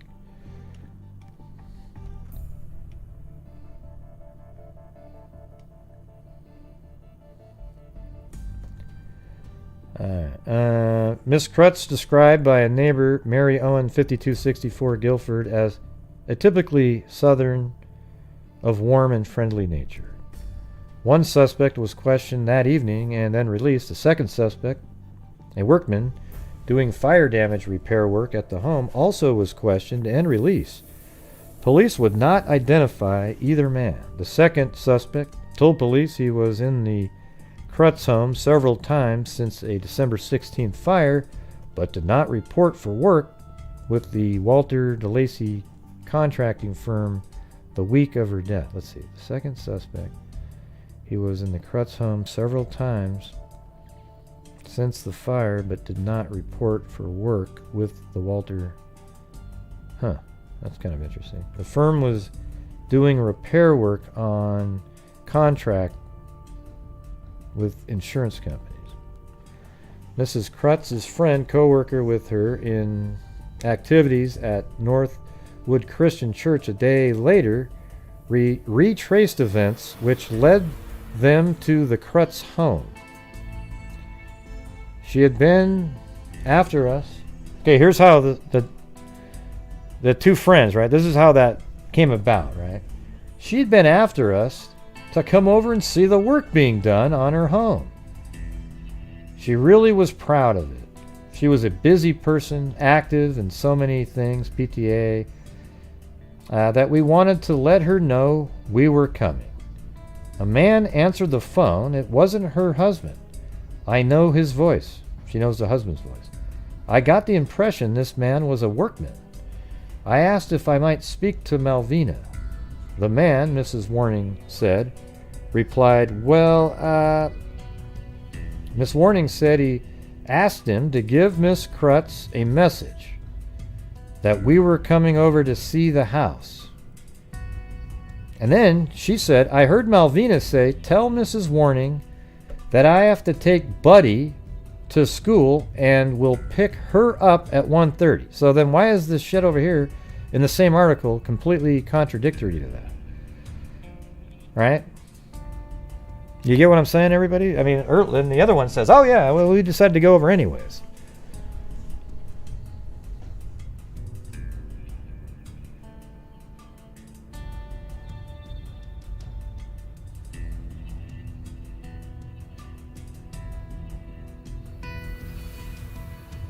I don't know. That'd be pretty, for, really thinking ahead there, Robin. Like, hey, no, if I say I do it, they're going to come to my house. That'd be pretty tricky. I mean, not saying it's not possible, but, man, that'd be really, she should have been working for the FBI if she thought like that. No, even if she was scared, that's not something that would pop into your head. Hey, let me see. If I tell my kid not to do the paper route, and then when it gets late in the evening, people are... Well, see, the thing is, her husband was going to be coming home anyways, right? At 4:45 or 5, which would be about the time people coming home from work would have started complaining, right? Because they go to work, then they come home. Hey, where's the hell's my paper? Hey, go over to the Krutz's home. Where the hell is that damn thing? Nah, I just explained it. Now so you think she's thinking all that stuff in her head, Robin? Come on, Jesus. Come on. Wait, I'm with my husband. So now if I don't do the I don't do the newspaper, they're going to come over to our house later. And I mean, doesn't she think that her son, when he comes home from school, will notice? Maybe walk into the bathroom at some point? I don't know. I just don't. I mean, I'll say it's a possibility. I just don't put a lot of... it's low, is what I'm saying. I mean, that's just my opinion.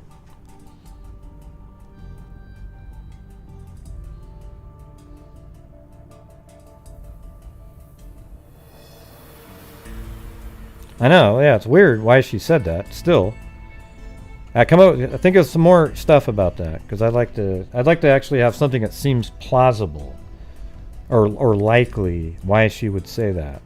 There's a whole bunch of things that are said and done that are weird as hell, right?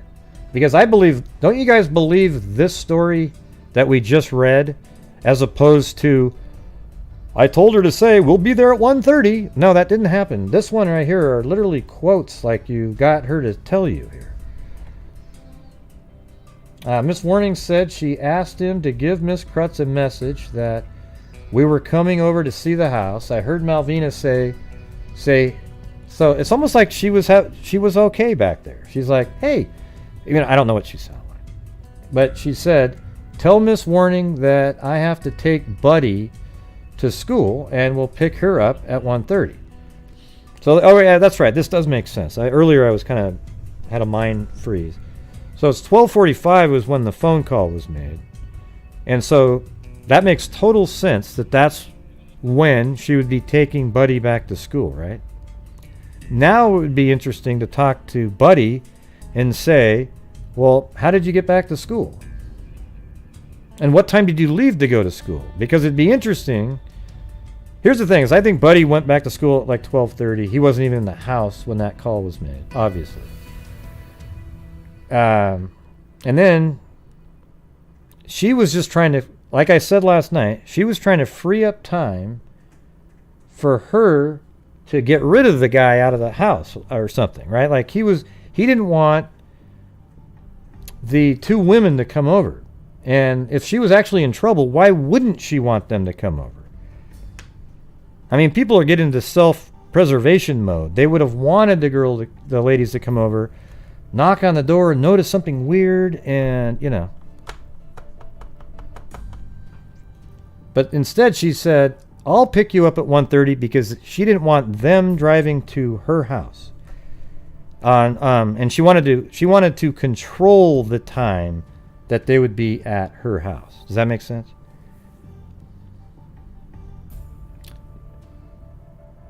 I know. I just said that, Dana. I think those ones were wrong. This one here seems way more accurate. Yeah, those come up in a couple articles, and then this one here has this one. I think the thing is you got to, because it doesn't fit a story doesn't mean that you want it to believe. You have to go with what seems... I think this one seems way more real. The other ones are just reporting in the paper. It's not like a quote. This one here literally has a quote. A man answered the phone, and it sounds like this is a 1979 article, so it probably even had access to the literal documents. I got the impression this man was a workman. I asked if I might speak to Malvina. The man, Mrs. Warning said, replied, well, so who knows what they were doing. And then Miss Warning said she asked him to give Miss Krutz a message that we were coming over to see the house. So that is being said. But then they also heard Malvina say, hey, tell Mrs. Warning that I have to take Buddy, her son, to school. And I have to take Buddy to school and we'll pick her up at 1:30. See, that makes sense to me. See, the one that people keep repeating is this one up here where she says, hey, we're coming over to see the house. It probably even said at 1:30, right? But they leave out this part because she heard Malvina say, because this right here is consistent with all the other articles, right? That we were coming over to see the house, right? Does everybody agree with that? That's consistent with all the other articles. This part, though, was left out of all the other articles.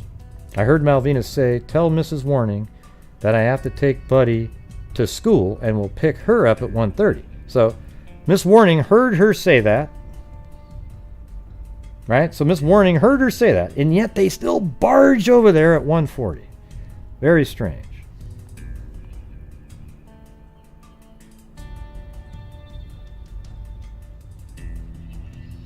Yeah, there's lots of could-haves, LM, We just don't have... We just have to go with the facts and then what's more reasonable. I mean, why did he answer the phone, LM? I mean, she could have said, hey, I have friends that are supposed to be coming over, but why would she say that? Wouldn't she want her friends to come over to help, to find out what's going on and save her, maybe? Nobody's altruistic unless it's your kids in a situation like that. They weren't like best buddies their whole lives, you know.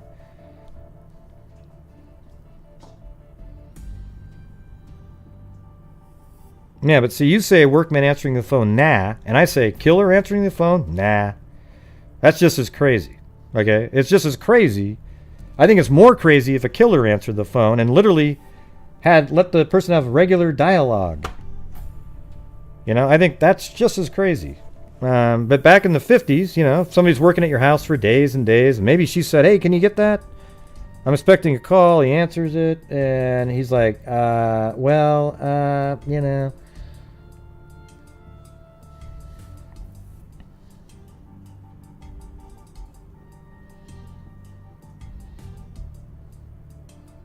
Right, that's what I'm saying. Why are they even answering the phone? I think, here's what I think is definitely a possibility. That Malvina, who was having an affair, or what could have been having an affair, because, like we already know, the husband wasn't having sex with her, so she could have been having an affair with with anybody. I mean, we don't really know. I think it's very possible that the person seen driving away is not the same person that was actually there during those phone calls. Because there's a lot of time there. There's 55 minutes. She may have been doing something with the guy. I don't know. You know, some people do have good points where they say, why doesn't she come out of the bathroom and leave the guy in there? Well, then what if the son said, well, I got to use the restroom? She goes, no, you can't go in there. I mean, it just gets weird. So she almost has to keep herself in there, maybe with the guy, because they were in the middle of something. And then you say, why were they in the middle of something when she knew that the son was coming home? But maybe it started before that, and she was like, oh, you know. And then at 12:45, he's still there. So when the son gets home for 45 minutes, you have the situation in a 45-minute period. It starts off with the mom in the bathroom, talking to the son, and then 45 minutes later, apparently they're out of there where the phone is, and the guy answers, and she's walking around doing whatever she's doing. So 45 minutes later, she's literally answering questions in the background. You know, who knows what she was doing? Maybe she was making a sandwich for this guy. Now, what if the husband, though, came home right as he saw the guy leave the house, maybe out the back or something? He saw that, and then he goes in there, and he is just angry as hell. Okay, there you go.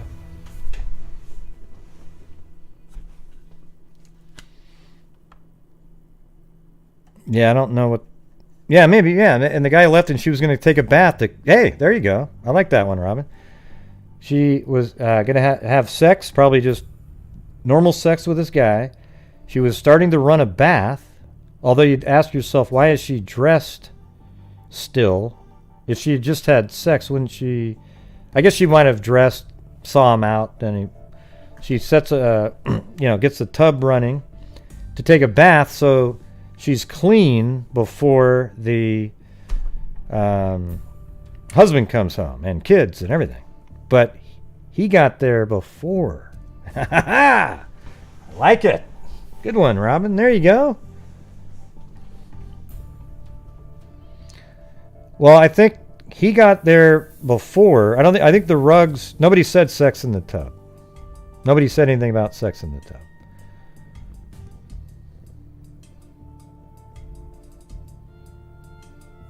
I think the rugs were used to slide her back.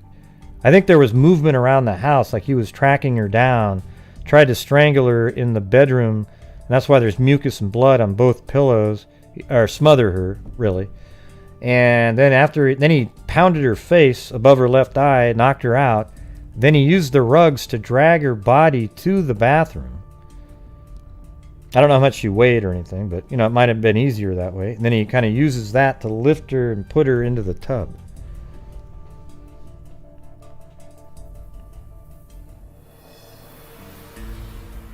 Right, we've gone over the lukewarm thing 100 times. Yeah, we've talked about that. What is that even, Everyone got home later. Lukewarm means basically like room temperature, maybe slightly above it.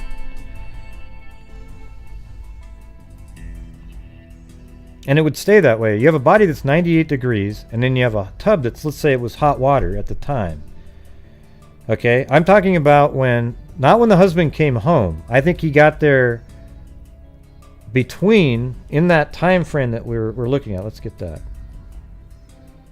I think it was 12:45. Yeah, 12:45 to 1:40. I think he was at that house, and he killed her. I think between 12:45 and maybe 1:15, the guy that was at the house left. Then the husband saw this, went into the house, killed her. The whole thing happened, and then he's the one that's seen leaving, and the one witness that said it was a black person driving that car was wrong, and then the other thing has nothing to do with it. I don't know, but at the same time, to throw a wrench in all of that is the Panic individual, the guy with the last name of Panic. He was a painter there. He was a suspect, questioned 3 times, and then 2 years later, you're just answering the question. Okay. Then 2 years later, he ends up killing his common-law wife by beating her to death. So that means that guy has the propensity to kill. And so, there you go. They also found a hair from a black person on one of the sheets. So there you go. It throws total monkey wrenches. This whole thing is just a ridiculous thing. Monkey wrenches into the entire case. It's crazy. Shit.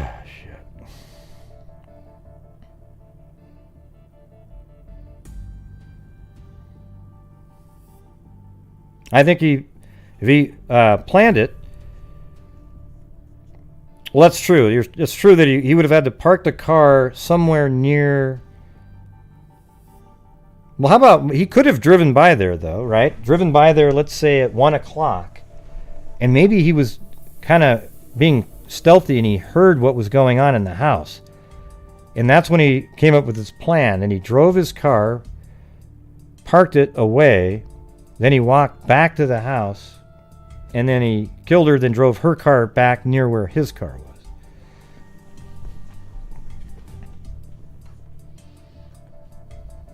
Yeah, maybe. Anyways, you guys can save this all for later. I'm going to just finish this up really quick.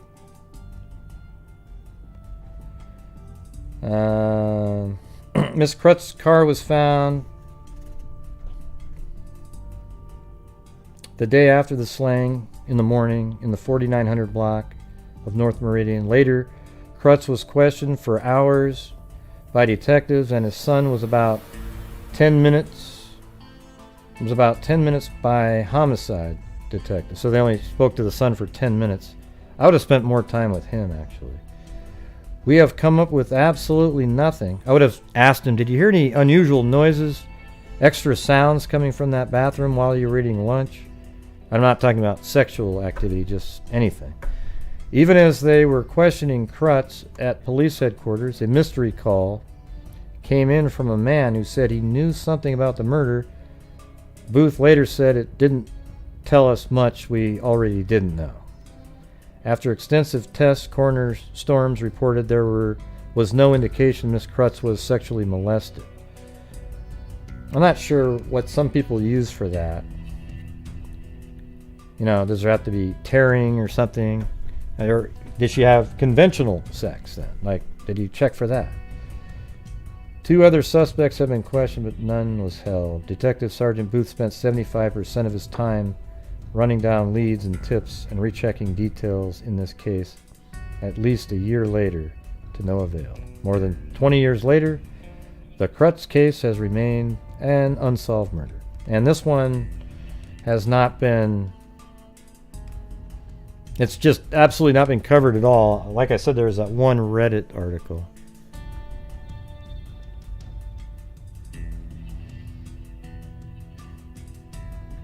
So Dana Dane, you got all the details now? You're going to call in later and give your theory? Gwen Jackson, thank you.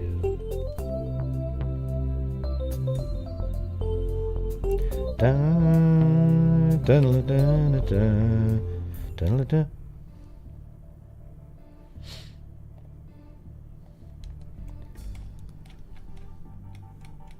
God, there's almost like so much information. It's crazy. So anyways, they filed for divorce on January 13th, 1958. January 17th, both failed to appear for a restraining order hearing. She was killed on January 29th, a day before her court-mandated appearance for the divorce. Don't you think that's a little weird?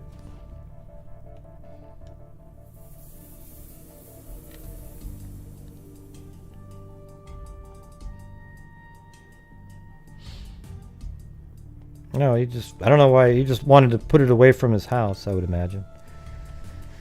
Probably parked a car 11 blocks away, got to it. Maybe. I mean, it doesn't necessarily have a, he might have just parked it somewhere 11 blocks away to put it away from his home. Doesn't have to be somebody lived over there or anything. As a matter of fact, none of the people's addresses matched. Or anywhere near there.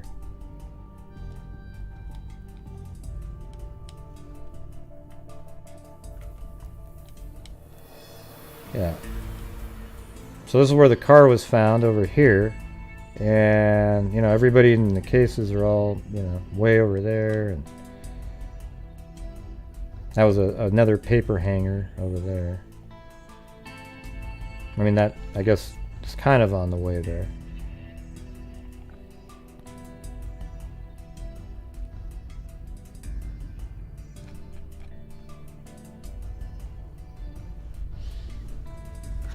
No, I'm sure restraining order always means that you can't go near, a person.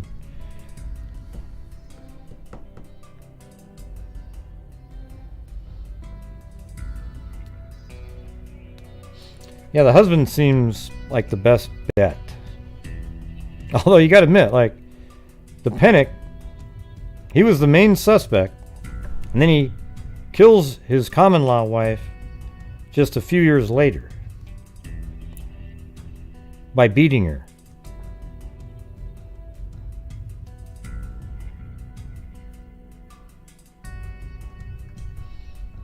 Yeah, it's either one of those.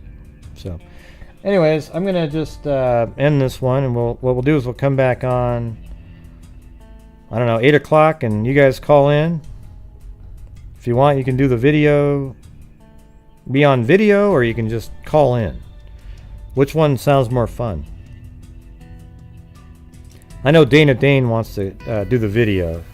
She can make us another painting while she's on.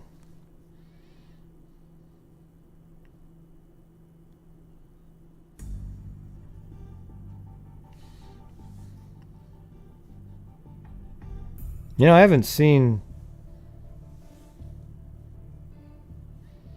Right, well, if we're going to do video, you guys have to... come on, But you can see the freaks, I guess.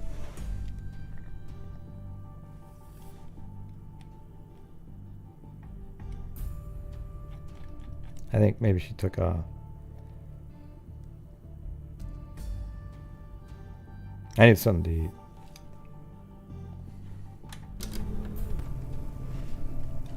Thank you to One Sly Angel, Lita G, Michelle Nicholas.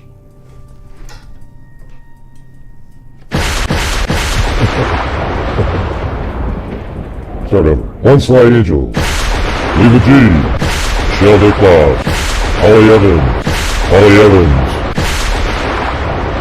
Lita G, Jen H, Jessica Schubach, Gwen Jackson.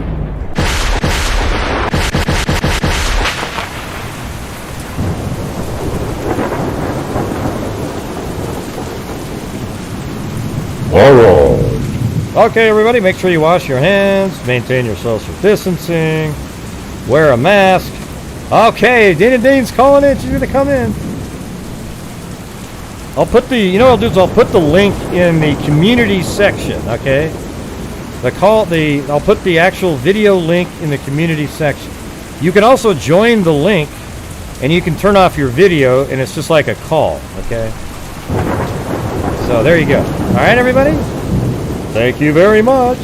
And until next time, be safe out there.